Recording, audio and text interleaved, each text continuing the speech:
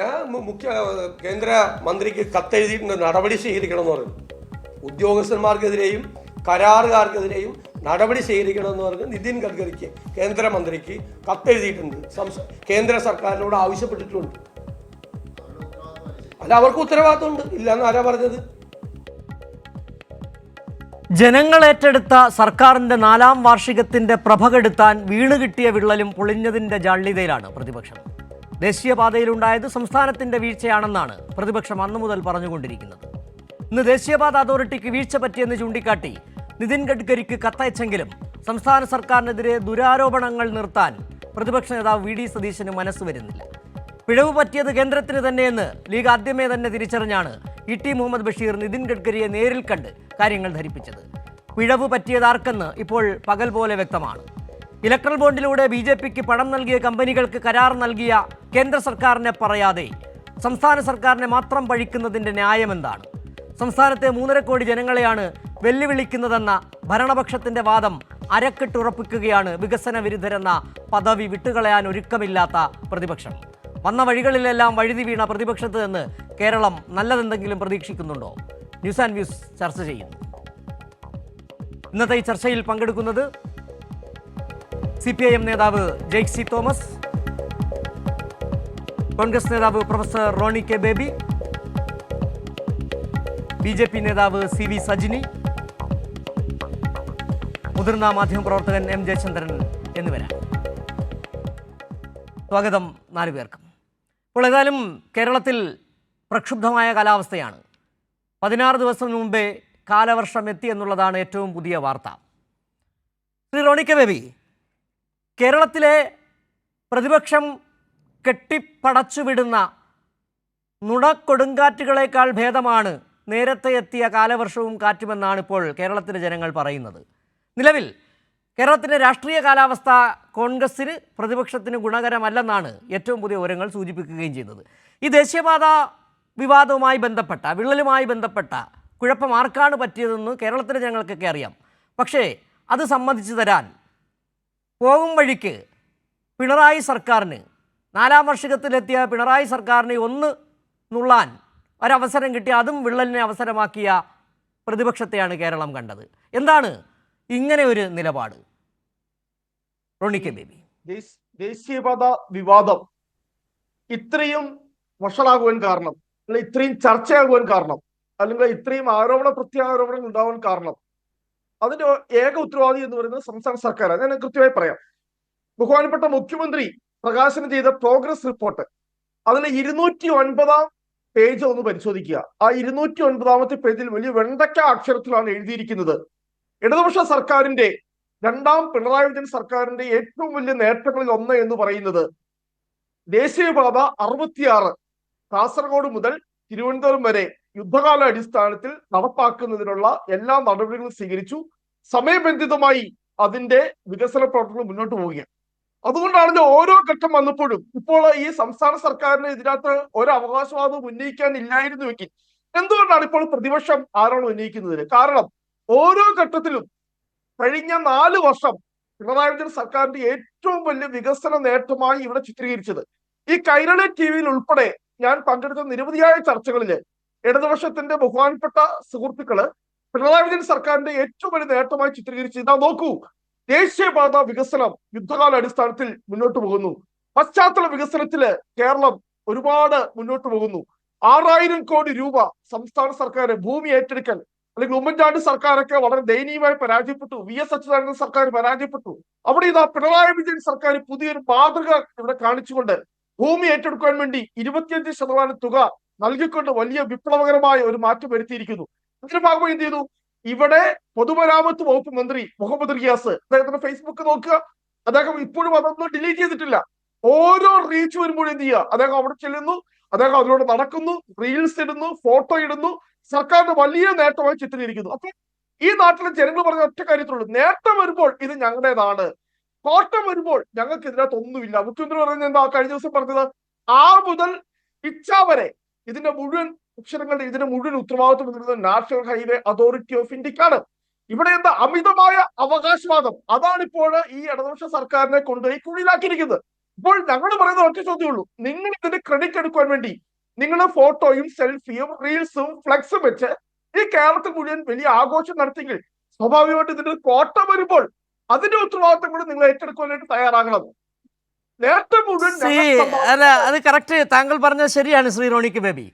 അങ്ങനെ നേട്ടം ഏറ്റെടുക്കുമ്പോൾ അങ്ങനെ നേട്ടം ഏറ്റെടുക്കുന്നത് ശരിയാണെന്നുള്ള ചോദ്യം വളരെ പ്രസക്തമാണ്. കാരണം നിങ്ങളുടെ കാലത്ത്, ഉമ്മൻചാണ്ടി സർക്കാരിൻ്റെ കാലത്ത് സ്ഥലം ഏറ്റെടുത്ത് കൊടുക്കാതിരുന്നിട്ട് ദേശീയപാത അതോറിറ്റിയുടെ ഓഫീസ് പൂട്ടിപ്പോയിട്ട് 6000 കോടി സംസ്ഥാന സർക്കാർ കേരളത്തിലെ ജനങ്ങളുടെ പണം എടുത്തു കൊടുത്തിട്ട് ഈ ദേശീയപാത യാഥാർത്ഥ്യമാക്കുമ്പോൾ അതിൻ്റെ ക്രെഡിറ്റ് അവർക്ക് വേണ്ടേ ശ്രീ റോണിക്ക് ബേബി? ഞാൻ അതിന് കൃത്യമായ മറുപടി പറയാം. ബഹുമാനപ്പെട്ട VS അച്യുതാനന്ദൻ സർക്കാരിന്റെ കാലത്ത് തൊട്ടാണ് കേരളത്തിലെ ദേശീയപാത വികസനത്തിന്റെ നമ്മൾ ചർച്ചകൾ ആരംഭിച്ചത് കേന്ദ്ര സർക്കാരുമായി. പക്ഷെ നമ്മൾ അന്ന് തൊട്ടുള്ള പ്രശ്നം എന്തായിരുന്നു? കേന്ദ്ര സർക്കാർ 45 മീറ്റർ ഇത്രയും വീതി ദേശീയപാതയ്ക്ക് വേണം. നമ്മൾ പറഞ്ഞ് 30 മീറ്ററിൽ കൂടുതൽ പറ്റത്തില്ല. അതായിരുന്നു ബഹുമാനപ്പെട്ട VS അച്യുതാനന്ദൻ സർക്കാരിന്റെ നിലപാട്. കാരണം കേരളത്തിൽ ഇത്രയും ജനസാന്ദ്രതയുണ്ട്, ഇന്ത്യയിലെ ഏറ്റവും ഡെൻസിറ്റി ഓഫ് പോപ്പുലേഷൻ ഉള്ള ഒരു സംസ്ഥാനമാണ് കേരളം. നമുക്ക് ഇത്രയും ആളുകളെ ഒഴിപ്പിച്ചുകൊണ്ട് ഭൂമി ഏറ്റെടുക്കാൻ കഴിയില്ല. അപ്പോൾ ആ സർക്കാരിന്റെ കാലത്ത് കാര്യമായി മുന്നോട്ട് പോയില്ല. പിന്നീട് വീണ്ടും ഉമ്മൻചാണ്ടി സർക്കാർ വരുന്നത് 2011 അന്നേരമാണ് ഏറ്റവും വിപ്ലവകരമായ ഒരു നിയമം വരുന്നത്. നമ്മൾ അതിനെ നിഷേധിച്ചിട്ട് കാര്യമില്ല. 2013 മൻമോഹൻ സിംഗ് സർക്കാർ കൊണ്ടുവന്ന right to fair compensation act 2013 കൊണ്ടുവന്ന ആക്ടാണ്. അതിന്റെ അടിസ്ഥാനത്തിൽ എന്ത് ചെയ്തു? കമ്പോള വിലയുടെ 10 ഇരട്ടി തുക എന്ത് ചെയ്തു? ഈ പറയുന്ന ഭൂമി നഷ്ടപ്പെട്ടവർക്ക് നൽകിക്കൊണ്ട് ഭൂമി ഏറ്റെടുക്കാൻ തുടങ്ങി. ഒരു കാര്യം മനസ്സിലാക്കണം, 2014 ഉമ്മൻചാണ്ടി സർക്കാരാണ് സർവകക്ഷി യോഗം വിളിച്ചു ചേർത്തത്. അന്ന് CPM ഉൾപ്പെടെയുള്ള പ്രതിപക്ഷ പാർട്ടികൾ ആ യോഗത്തിൽ പങ്കെടുത്തു. ഒറ്റക്കെട്ടായി നമ്മൾ തീരുമാനിച്ചു, ശരി നമുക്കിനി വികസനത്തിന്റെ കാര്യത്തിൽ നമുക്ക് മാറി നിൽക്കേണ്ട, 45 മീറ്റർ എങ്കിൽ 45 മീറ്റർ നമ്മൾ സംബന്ധിച്ചു. കേന്ദ്ര സർക്കാർ നമ്മൾ അതിനുള്ള അനുമതി പത്രം നൽകി, അതിന്റെ ഉത്തരവ് നൽകി. കേരളം തയ്യാറാണ് 45 മീറ്ററിൽ നമുക്ക് ഈ പറയുന്ന ദേശീയപാത നിർമ്മാണം നടത്തുവാനായിട്ട് നമ്മൾ നൽകി. പിന്നീട് 2014 പിണറായി വിജയൻ സർക്കാർ വന്നു. ഈ ഉമ്മൻചാണ്ടി സർക്കാർ എടുത്ത തീരുമാനത്തിനനുസരിച്ച് മുന്നോട്ട് പോയി. ഞാൻ ഒരു കാര്യം കൃത്യമായി പറയാം, 2021 ഒരു പുതിയ നിയമം കേന്ദ്ര സർക്കാർ കൊണ്ടുവന്നു.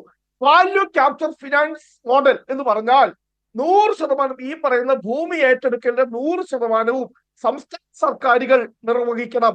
അടിസ്ഥാനത്തിൽ കർണാടക, തമിഴ്നാട്, ആന്ധ്രാപ്രദേശ് തൊട്ടടുത്തുള്ള എല്ലാ സംസ്ഥാനങ്ങളും അവിടെ പരിശോധിക്കേ. ഇവിടെ കേരള സർക്കാർ പറയുന്നത് ഞങ്ങൾ 25% ഭൂമി ഏറ്റെടുക്കലിന് വേണ്ടി നൽകിയതെങ്കിൽ 100% തുകയും ശ്രീ റോണിക്ക ബേബി, താങ്കൾ ഈ പറയുന്ന കേന്ദ്ര നിയമം വരുന്നതിന് മുമ്പ് ഇങ്ങനൊരു വ്യവസ്ഥ ഉണ്ടായിരുന്നില്ല. സംസ്ഥാന സർക്കാരുകൾ, രാജ്യത്ത് വേറൊരു സംസ്ഥാന സർക്കാരും ഈ പണം കൊടുക്കേണ്ടി വന്നിട്ടില്ല. കേരളത്തിൽ എങ്ങനെ കൊടുക്കേണ്ടി വന്നു? കേരളത്തിലെ ഓരോ ജനതയുമാണ് ഈ 6000 കോടിയുടെ വിഹിതം താങ്ങേണ്ടി വരുന്നത്. അവിടെയാണ് പ്രശ്നം. അവിടെ നിങ്ങൾ മൻമോഹൻ സിംഗിൻ്റെ കാലത്ത് കൊണ്ടുവന്ന നിയമം ഫെയർ വാല്യൂ കോമ്പൻസേഷൻ എന്ന് പറഞ്ഞിട്ട് കാര്യമില്ല. ഈ 6000 രൂപയ്ക്ക് നഷ്ടം വരുത്താൻ ഇടവരുത്തിയത് നിങ്ങളുടെ സർക്കാരാണ്, UDF സർക്കാരാണ്. ഒരുപക്ഷെ ജെയ്ക്സി തോമസിന് മറുപടി പറയാനുണ്ടാകും. ജെയ്ക്സി തോമസ് ഇപ്പോൾ റോണിക്ക ബേബി പറഞ്ഞ ജയ്ക്ക് കേട്ടിട്ടുണ്ടാകും. ഒരുപക്ഷെ ഈ മൻമോഹൻ സിംഗ് സർക്കാർ കൊണ്ടുവന്ന ഫെയർ വാല്യൂ കോമ്പൻസേഷൻ അതുകൊണ്ടാണ് ഈ ദേശീയപാത വികസനം യാഥാർത്ഥ്യമായത്. ഉമ്മൻചാണ്ടി സർക്കാരാണ് കല്ലിട്ടത്, ഉമ്മൻചാണ്ടി സർക്കാരാണ് കണ്ണൂർ എയർപോർട്ട് യാഥാർത്ഥ്യമാക്കിയത്, വിഴിഞ്ഞം പദ്ധതി യാഥാർത്ഥ്യമാക്കിയ ഉമ്മൻചാണ്ടി സർക്കാരാണ്, ഗെയിൽ പദ്ധതി യാഥാർത്ഥ്യമാക്കിയ ഉമ്മൻചാണ്ടി സർക്കാരാണ്, എല്ലാം ഉമ്മൻചാണ്ടി സർക്കാരാണ്. തീർച്ചയായിട്ടും ഇതിനോടകം കേരളത്തിന്റെ പൊതുസമൂഹത്തിന് മുമ്പിൽ, പ്രത്യേകിച്ച് അല്പമെങ്കിലും സാമാന്യ യുക്തിയോടുകൂടെ ചിന്തിക്കുകയും രാഷ്ട്രീയത്തിൽ ഇടപെടുകയും ചെയ്യുന്നവരുടെ മുമ്പിൽ പൊളിഞ്ഞടങ്ങിയ അകാല ചർമ്മം പ്രാപിച്ച 100 നുണകളുടെ ഒരു ആവർത്തനത്തിനാണ് നിർഭാഗ്യവശാൽ ബഹുമാന്യനായ കോൺഗ്രസിന്റെ പ്രതിനിധി ഇവിടെ വന്നിരുന്ന് ശ്രമിക്കുന്നത്. ഞാൻ മനസ്സിലാക്കുന്നു ഇപ്പോൾ അദ്ദേഹം സൂചിപ്പിച്ച ഒരു വിഷയത്തിൽ തുടങ്ങാം എന്ന് തന്നെ കരുതുകയാണ്. അദ്ദേഹം പറയുന്നു, എന്തുകൊണ്ട് ദേശീയപാതയുടെ ക്രെഡിറ്റ് കേരളത്തിലെ ഇടതുപക്ഷ ജനാധിപത്യ മുന്നണിയും CPIM എടുക്കുമ്പോൾ അതിനെ തുടർന്നുണ്ടാകുന്ന ഇടർച്ചകളുടെ ക്രെഡിറ്റും നിങ്ങൾ എടുക്കേണ്ടതില്ലേ? ഞാൻ സത്യസന്ധമായി കോൺഗ്രസ് പ്രതിനിധിയെ ഓർമ്മിപ്പിക്കാൻ ആഗ്രഹിക്കുന്നത് 2 പ്രതികരണങ്ങളാണ്. ആ 2 പ്രതികരണങ്ങളും യാതൊരു ഇടതുപക്ഷ ആഭിമുഖ്യവും ഇല്ലാത്തവരായിരുന്നു എന്ന് മാത്രമല്ല, അതിലൊരാൾ ഇവിടെ സൂചിപ്പിച്ച ഇന്നു കാണുന്ന എല്ലാത്തരം നേട്ടങ്ങൾക്കും കല്ലിടാൻ കാരണക്കാരനായി എന്ന് കോൺഗ്രസുകാർ വിശ്വസിക്കുന്ന ബഹുമാനീയനായ നമ്മുടെ കേരളത്തിന്റെ മുൻ മുഖ്യമന്ത്രിയുടേതാണ്. ഇപ്പോഴും പബ്ലിക് ഡൊമൈന് മുമ്പിൽ അവൈലബിൾ ആയിട്ടുള്ള അദ്ദേഹത്തിന്റെ പ്രതികരണം ദേശീയപാത വികസനത്തെ സംബന്ധിച്ചായിരുന്നു. ഞങ്ങളുടെ നേതാവല്ല, മറിച്ച് അങ്ങയുടെ നേതാവായ നമ്മുടെ കേരളത്തിന്റെ മുൻ മുഖ്യമന്ത്രി പറയുന്നു, 15 വർഷമെടുത്താൽ ആലപ്പുഴയിൽ നിന്ന് തിരുവനന്തപുരം വരെയുള്ള സ്ഥലമേറ്റെടുക്കൽ പൂർത്തീകരിക്കാൻ കേരളത്തിന് കഴിയില്ല. പറഞ്ഞതാരാണ്? കേരളത്തിലെ കോൺഗ്രസിന്റെ മുഖ്യമന്ത്രിയാണ്, നിങ്ങളുടെ നേതാവാണ്. 15 വർഷമെടുത്താൽ സ്ഥലമേറ്റെടുപ്പ് പൂർത്തീകരിക്കാൻ കഴിയില്ല എന്ന് കോൺഗ്രസിന്റെ ബഹുമാനീയനായ നേതാവും നമ്മുടെ മുൻ മുഖ്യമന്ത്രിയും പറഞ്ഞ അതേ കേരളത്തിലാണ് 10 വർഷക്കാലത്തിനിടയിൽ സ്ഥലമേറ്റെടുപ്പ് പൂർത്തിയായി 6 വരി ദേശീയപാതയും 2 വരി സർവീസ് റോഡും ഉൾപ്പെടെ 8 വരി പാത 6 മണിക്കൂർ കൊണ്ട് കാസർഗോഡ് നിന്ന് സഞ്ചരിച്ചാൽ തിരുവനന്തപുരത്ത് എത്താൻ കഴിയുന്നത് പൂർത്തീകരിക്കപ്പെട്ടു വരുന്നത്. കോൺഗ്രസുകാരെ കൊണ്ട് 15 വർഷം എടുത്താൽ സ്ഥലമേറ്റെടുക്കാൻ നടക്കില്ല എന്ന് പറഞ്ഞൊരു പദ്ധതി 10 വർഷം കൊണ്ട് സ്ഥലമേറ്റെടുപ്പ് പൂർത്തീകരിച്ച് യാഥാർത്ഥ്യമാക്കുമ്പോൾ അതിന്റെ ക്രെഡിറ്റ് സ്ഥലം ഏറ്റെടുത്ത് നൽകാൻ പറ്റില്ല എന്ന് പറഞ്ഞ കോൺഗ്രസിന് കൊടുക്കണോ? അങ്ങ് പറ. ഞാൻ അങ്ങയുടെ നേതാവിനെ ചൂണ്ടിക്കാട്ടിയിട്ടാണ് പറയുന്നത്. 2016 പിണറായി വിജയൻ ഗവൺമെന്റ് അധികാരത്തിൽ ഏറുന്ന ദിവസം അന്നത്തെ BJP-യുടെ പ്രമുഖനായ നേതാവ്, ഇപ്പോൾ മുൻ സംസ്ഥാന അധ്യക്ഷൻ, അദ്ദേഹത്തിന്റെ സാമൂഹ്യ മാധ്യമത്തിലെ പ്രതികരണമുണ്ട്. ഞാൻ ആവർത്തിക്കുന്നു, ഇടതുപക്ഷക്കാരുടെ പ്രതികരണത്തെ അല്ല ഞാൻ ഓർമ്മിപ്പിക്കുന്നത്. അന്നത്തെ BJP-യുടെ നേതാവ്, പിന്നീട് സംസ്ഥാന പ്രസിഡന്റ് കൂടിയായിട്ടുള്ള K. സുരേന്ദ്രൻ അന്ന് പറഞ്ഞു, സഹജമായ വർഗീയത ഉയർത്തിപ്പിടിച്ചുകൊണ്ട് പറഞ്ഞു, കേരളത്തിൽ മുസ്ലിം മത തീവ്രവാദികളുടെ എതിർപ്പിനെ ഭയക്കാതെ, ആ എതിർപ്പിനെ വകവയ്ക്കാതെ കേരളത്തിൽ ദേശീയപാത യാഥാർത്ഥ്യമാക്കിയാൽ, ഇടമൺ കൊച്ചി പവർ ഹൈവേ പൂർത്തീകരിച്ചാൽ, വീടുകളിൽ പൈപ്പിലൂടെ ഗ്യാസ് എത്തിക്കുന്ന ഗ്യാസ് അതോറിറ്റി ഓഫ് ഇന്ത്യ ലിമിറ്റഡിന്റെ ഗെയിൽ പദ്ധതി പൂർത്തീകരിച്ചാൽ പിണറായി വിജയനെ നട്ടലുള്ള ഭരണാധികാരിയായി അംഗീകരിക്കേണ്ടതായി വരും. പറഞ്ഞത് ആരാണ്? ഞാൻ ആദ്യം ഓർമ്മിപ്പിക്കുന്നു, ഞാൻ ആദ്യം കോട്ട് ചെയ്തത് കോൺഗ്രസിന്റെ സമുന്നത നേതാവായ, എല്ലാ മുന്നേറ്റങ്ങൾക്കും തറക്കല്ലിടുന്നതിൽ പങ്കുവഹിച്ച കോൺഗ്രസിന്റെ മുൻ മുഖ്യമന്ത്രിയുടെ പ്രതികരണമാണ്. രണ്ടാമത് ഓർമ്മിപ്പിക്കുന്നത് തൊട്ടു മുമ്പ് വരെ BJP-യുടെ സംസ്ഥാന പ്രസിഡന്റ് ആയിരുന്ന നേതാവിന്റെ പ്രതികരണമാണ്. രണ്ടുപേരും ആവർത്തിച്ച് വാശിയോടുകൂടെ വെല്ലുവിളിച്ചു, ദേശീയപാതയും ഗെയിൽ പദ്ധതിയും ഇടമൺ കൊച്ചി പവർ ഹൈവേയും അടങ്ങുന്ന കേരളത്തിന്റെ മുഖച്ഛായ മാറ്റുന്ന പദ്ധതികളെ യാഥാർത്ഥ്യമാക്കിയാൽ ഞങ്ങൾ അംഗീകരിക്കും, കോൺഗ്രസും BJP-യും അംഗീകരിക്കും. കേരളത്തിന്റെ മുഖ്യമന്ത്രി നിശ്ചയദാർഢ്യമുള്ള, ഇച്ഛാശക്തിയുള്ള, നട്ടലുള്ള നേതാവാണെന്ന്. ഇടമൺ കൊച്ചി പവർ ഹൈവേ പൂർത്തീകരിച്ചു. കോട്ടയത്ത് റബ്ബർ തോട്ടം നഷ്ടപ്പെടുമെന്നുള്ളത് കൊണ്ട് അന്ന് നിർത്തിവെച്ച ഇടമൺ കൊച്ചി പവർ ഹൈവേ പൂർത്തീകരിച്ചു. ഇന്ത്യയിൽ 9 വർഷമായി പവർ കട്ട് ഇല്ലാത്ത 9 വയസ്സുള്ള കുട്ടിയോട് കോൺഗ്രസ് നേതാവ് ഒന്ന് ചോദിക്കണം എന്താണ് പവർ കട്ട് എന്നുള്ളത്. അങ്ങനെ 9 വർഷമായി വെളിച്ചമണയാത്ത സംസ്ഥാനമായി കേരളം തുടരുകയാണ്. ഗ്യാസ് പൈപ്പിലൂടെ ഗ്യാസ് എത്തുന്ന ഗെയിൽ പദ്ധതിയുടെ പൂർത്തീകരണം നടത്തിയെന്ന് മാത്രമല്ല, അതിന്റെ കമ്മീഷൻ പൂർത്തീകരിച്ചു. അതിന്റെ വിപുലമായി അടുത്ത ചുവടുവെപ്പിലേക്ക് നീങ്ങുന്നു. 15 വർഷമെടുത്താൽ സ്ഥലമേറ്റെടുപ്പ് നടക്കില്ല എന്ന് കോൺഗ്രസ് നേതാവ് പറഞ്ഞ അതേ കേരളത്തിൽ 10 ആണ്ട് കൊണ്ട് സ്ഥലമേറ്റെടുപ്പ് പൂർത്തീകരിച്ച് 8 വരി പാത യാഥാർത്ഥ്യമാകുന്നതിന്റെ അവസാന വക്കിലേക്ക് എത്തുന്നു. ഒറ്റ വാചകം പറഞ്ഞ് ഞാൻ അവസാനിപ്പിക്കാം. അതിനെക്കുറിച്ച് അദ്ദേഹം പറയുന്നു, ഇത് ആദരണീയനായ കുണ്ട്ര MLA അല്പമാസങ്ങൾക്ക് മുമ്പ് നിയമസഭയിൽ പറഞ്ഞ് നാണം കെട്ട് തിരികെ മടങ്ങിപ്പോയ അതേ നുണയാണ് യാതൊരു തരത്തിലുള്ള അവധാനതയും ഇല്ലാതെ ബഹുമാനീയനായ കോൺഗ്രസിന്റെ പ്രതിനിധി ഈ ചർച്ചയിൽ പറയുന്നത്. അന്ന് ഇതേ വാദം, ഇതേ കോൺഗ്രസ് ക്യാപ്സ്യൂൾ കേരള നിയമസഭയിൽ കുണ്ട്ര MLA യൂത്ത് കോൺഗ്രസിന്റെ മുൻ സംസ്ഥാന പ്രസിഡന്റ് ശ്രീ PC വിശ്വനാഥ് ഉന്നയിച്ചതാണ്. ഇരട്ടച്ചങ്കൊന്നുമില്ലാത്ത സാധുവായ ഞങ്ങളുടെ ഒരു പ്രധാനമന്ത്രി ഇന്ത്യ ഭരിച്ചിരുന്നു, അങ്ങനെ കൊണ്ടുവന്ന ഫെയർ കോമ്പൻസേഷൻ ആക്ട് ഉള്ളത് കൊണ്ടല്ലേ സ്ഥലമേറ്റെടുപ്പ് പൂർത്തീകരിച്ചത്. ആദരണീയനായ കേരളത്തിന്റെ നിയമമന്ത്രി, അന്നത്തെ രാജ്യസഭാ അംഗം കൂടെ ആയിരുന്നയാൾ, ആ കമ്മിറ്റി അംഗമായിരുന്ന ശ്രീ P. രാജീവ് അന്ന് തന്നെ നിയമസഭയിൽ പറഞ്ഞു, ഞങ്ങൾ ആവർത്തിച്ചു പറഞ്ഞു, ആ ആക്ട് രൂപീകരണ സമിതിയുടെ തലവനായിരുന്ന ജയറാം രമേശിനോട് ദേശീയപാത ഉൾപ്പെടെയുള്ള ഇന്ത്യയിലെ ഏറ്റവും പ്രധാനപ്പെട്ട പദ്ധതികളെ ഈ നിയമത്തിന്റെ പരിധിയിൽ കൊണ്ടുവരണം. ആ ആക്ടിന്റെ പരിധിയിൽ ദേശീയപാത ഇല്ല. ഷെഡ്യൂൾ, ആ ആക്ടിന്റെ കീഴിലുള്ള ഷെഡ്യൂളിൽ ഇന്ന കാര്യങ്ങൾക്ക് ഈ വകുപ്പ് ബാധകമല്ല എന്ന് പറഞ്ഞതിൽ ദേശീയപാത ഉൾപ്പെടുത്തിയിട്ടുണ്ട്. ദേശീയപാതയ്ക്ക് അത് ബാധകമായിരുന്നില്ല. ആ നിയമത്തെ തുടർന്നേ അല്ല ഈ ദേശീയപാത കേരളത്തിൽ യാഥാർത്ഥ്യമാകുന്നത്. കോമ്പൻസേഷൻ തീരുമാനിക്കുന്നതിൽ യൂണിയൻ ഗവൺമെന്റിന് പങ്കുണ്ട് എന്നതോടൊപ്പം തന്നെ ഭൂമിയുടെ ന്യായവില എന്തായിരിക്കണമെന്ന് തീരുമാനിക്കേണ്ടത് ആരാണ് എന്ന ചോദ്യം കേരളത്തിന്റെ മുഖ്യമന്ത്രി പിണറായിയാണ് ഉന്നയിച്ചത്. ആ ചോദ്യത്തിന്റെ മറുപടി, അത് സ്റ്റേറ്റ് സബ്ജക്റ്റ് ആണ്. ആര് വില നിശ്ചയിക്കുമെന്നുള്ളത് സ്റ്റേറ്റ് സബ്ജക്റ്റ് ആണ്. പക്ഷെ വില കൊടുക്കുന്നതിനെ സംബന്ധിച്ചുള്ള നിയമങ്ങൾ കേന്ദ്ര നിയമമാണ് എന്ന് പറഞ്ഞു. ആ ചോദ്യവും മറുപടിയുമാണ് ഇന്നു കാണുന്ന, അതായത് നമ്മൾ കണ്ടതാണ്, നിസ്കാരപ്പായ വിരിച്ച് സമരം ചെയ്യാൻ ശ്രമിച്ചു, ഭൂമി ഏറ്റെടുക്കലിനെ സംബന്ധിച്ച് എല്ലാ നിലയിലും അത് അട്ടിമറിക്കാൻ വേണ്ടി ശ്രമിച്ചു, വിഴിഞ്ഞം പദ്ധതി നടപ്പിലാക്കില്ല എന്നും ഗെയിൽ പദ്ധതി ഇല്ലാതാക്കുമെന്നും ദേശീയപാത മുടക്കുമെന്നും പറഞ്ഞ അതേ സംഘം ഇപ്പോൾ വയനാട് തുരങ്കപാത ഇല്ലാതാക്കുമെന്ന്, K4 നടത്തിക്കില്ല എന്ന്, ഞങ്ങൾ അധികാരത്തിൽ വന്ന ലൈഫ് മിഷൻ പിരിച്ചുവിടുമെന്ന് അതേ പറഞ്ഞ സംഘം ഈ പദ്ധതിയും തകർക്കാൻ ശ്രമിച്ചതാണ്. പക്ഷെ എതിർപ്പുകളെ തൃണവൽക്കരിച്ചുകൊണ്ട് അന്യാദൃശ്യമായ ഇച്ഛാശക്തിയോടുകൂടെ അസാധ്യമെന്ന് കോൺഗ്രസ് നേതാവും അപ്രായോഗികമെന്ന് BJP നേതാവും പറഞ്ഞ പദ്ധതികളെ കേരളം യാഥാർത്ഥ്യമാക്കി. ആ ട്രാക്ക് റെക്കോർഡ് ചൂണ്ടിക്കാണിച്ചിട്ടാണ് കഴിഞ്ഞ ദിവസം പ്രോഗ്രസ് റിപ്പോർട്ട് ഇറക്കിയിട്ട് ഇനിയും കേരളത്തോട് തുടർഭരണത്തിന്റെ തുടർച്ചയെന്ന അഭിമാനകരമായ ചരിത്ര മുന്നേറ്റത്തിന് കേരളത്തിലെ ഇടതുപക്ഷം കൈനീട്ടുന്നത്. അവിടെ നിങ്ങളോ, മുൻ KPCC പ്രസിഡന്റ്, ഇപ്പോഴത്തെ KPCC പ്രസിഡന്റ്, സഭയുടെ നോമിനി, NSSന്റെ നോമിനി, സാമുദായിക സംഘടനകളുടെ നേതാക്കന്മാർ, ഇവരുടെ ആകെ ഉപചാരവും അച്ചാരവും സ്വീകരിച്ചുകൊണ്ട് ഏത് വിധേനയും അനിവാര്യമായ ഇടതുപക്ഷ മുന്നേറ്റത്തെ, പിണറായി വിജയന്റെ ജൈത്രയാത്രയെ, ഇടതുപക്ഷ രാഷ്ട്രീയത്തിന്റെ അപകരമായ തുടർച്ചയെ തകർക്കാൻ കഴിയുമോ എന്ന് നോക്കുകയാണ്. ഞങ്ങൾ നടപ്പിലാക്കിയ പദ്ധതികളെ മാത്രമാണ് ഞങ്ങൾ ജനങ്ങളോട് വിശദീകരിക്കുന്നത്. രാഷ്ട്രീയം മാത്രമാണ് ഞങ്ങൾ ഉയർത്തിപ്പിടിച്ച് ഞങ്ങളോട് സംസാരിക്കുന്നത്. നിങ്ങൾ സംസാരിക്കുന്നത് എന്താണ് എന്ന് ഈ ദിവസങ്ങളിലാകെ കേരളം കണ്ടുകൊണ്ടിരിക്കുകയാണ്. നിങ്ങളത് തുടർന്നുകൊള്ളുക. കേരളത്തിലെ പ്രബുദ്ധതയാർന്ന ജനങ്ങൾ ശരി ഈ ജയിക്ക്, അതായത് രാഷ്ട്രീയത്തെ തിരിച്ചറിയുന്നുണ്ട്. ഒരുപക്ഷെ ഒരു സംശയവും വേണ്ടതില്ല. ജയിക്ക് പറഞ്ഞ പോലെ തന്നെയാണ് ഈ ഫെയർ കോമ്പൻസേഷൻ വാല്യൂവുമായി ബന്ധപ്പെട്ട ആക്ടുമായി ബന്ധപ്പെട്ടാണ് കോൺഗ്രസിലെ എല്ലാ നേതാക്കളും പല ഘട്ടങ്ങളിൽ പറയാറുള്ളത്. അത് എന്താണെന്നുള്ളത് അതിൽ ദേശീയപാത ഉൾപ്പെട്ടിട്ടുണ്ടായിരുന്നില്ല എന്നുള്ള കാര്യം റോണി കെ ബേബിക്ക് ബോധ്യപ്പെട്ടിട്ടുണ്ടാകും. റോണി കെ ബേബിയിലേക്ക് ഞാൻ തിരികെ വരാം. അപ്പോൾ അല്ല, അത് റോണി കെ ബേബി ഞാൻ ഇപ്പോൾ തിരിച്ചു വരും. പക്ഷേ ജയിക്ക് ചൂണ്ടിക്കാട്ടിച്ച ഒരു വിഷയമുണ്ട്. നമ്മൾ ഈ കെ സുരേന്ദ്രൻ പറഞ്ഞത് ഇപ്പോഴും സോഷ്യൽ മീഡിയയിൽ സജീവമാണ്. ഈ ദേശീയപാതയും ഗെയിൽ പദ്ധതിയും നടപ്പിലാക്കിയാൽ ഇരട്ടച്ചങ്കനെന്നും നട്ടലുള്ളവനെന്നും ഞാൻ പിണറായിയെ സമ്മതിക്കാമെന്ന് പറഞ്ഞ കെ സുരേന്ദ്രൻ അതിപ്പോഴും സോഷ്യൽ മീഡിയയിൽ സജീവമാണ്. സി വി സജിനി, ഒരുപക്ഷേ ഈ പിണറായിയുടെ നട്ടലിന് അത്ര കട്ടി വേണ്ടെന്ന് തോന്നിയത് കൊണ്ടായിരിക്കാം ഈ ദേശീയപാതയുടെ കരാർ പണി കൊടുത്ത കമ്പനികൾ കരിമ്പട്ടികയിൽ പെടുത്തേണ്ടി വരുന്നത്, ഇലക്ട്രൽ ബോണ്ടിന് പണം നൽകിയ കമ്പനികളെ കരാർ ഏൽപ്പിക്കുന്നത്, അങ്ങനെ ഒരു രീതി തുടരുന്നത് ഈ അത്ര കട്ടി വേണ്ടെന്ന് പറയുന്നത് കൊണ്ടാണോ? പിണറായിയുടെ നട്ടലിന് അത്ര കട്ടി വേണ്ടെന്നാണോ കരുതുന്നത്?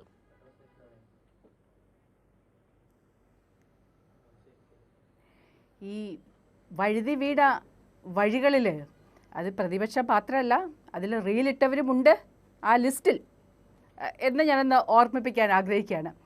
ഇവിടെ CPM-ന്റെ പ്രതിനിധിയായിട്ടുള്ള ശ്രീ ജെ.ടി. തോമസ് പിണറായി സർക്കാരിൻ്റെ നേട്ടങ്ങളെക്കുറിച്ച്, ഗെയിൽ പൈപ്പ് ലൈൻ ഉൾപ്പെടെ നാഷണൽ ഹൈവേ ഉൾപ്പെടെയുള്ള കാര്യങ്ങളെക്കുറിച്ചൊക്കെ പറഞ്ഞു. ഞാൻ ജെയ്ക്കിനോടൊന്ന് ചോദിക്കുകയാണ്, ജെയ്ക്ക് കേരളം പിറവി കൊണ്ട കാലം മുതൽ ഇവിടെ ഭരണത്തിൽ ഉണ്ടായിരുന്നവരാണല്ലോ നിങ്ങൾ, CPM-ഉം കോൺഗ്രസും ഒക്കെ മാറി മാറി. പക്ഷേ എന്തുകൊണ്ടാണ് ഇത്തരത്തിലുള്ള നാഷണൽ ഹൈവേ ഉൾപ്പെടെ ഇവിടുത്തെ അടിസ്ഥാന സൗകര്യങ്ങളുടെ വികാസം ഉൾപ്പെടെയുള്ള കാര്യങ്ങളിൽ ഇത്ര ചരിത്രപരമായ ഒരു മുന്നേറ്റം ഉണ്ടാക്കുവാൻ കഴിഞ്ഞ 10 വർഷം കൊണ്ട് മാത്രമേ സാധിച്ചുള്ളല്ലോ? അത് ഇവിടുത്തെ BJP സർക്കാർ, മോദി സർക്കാർ ഭരിക്കുന്ന കാലത്ത് മാത്രമാണല്ലോ സാധിച്ചത്.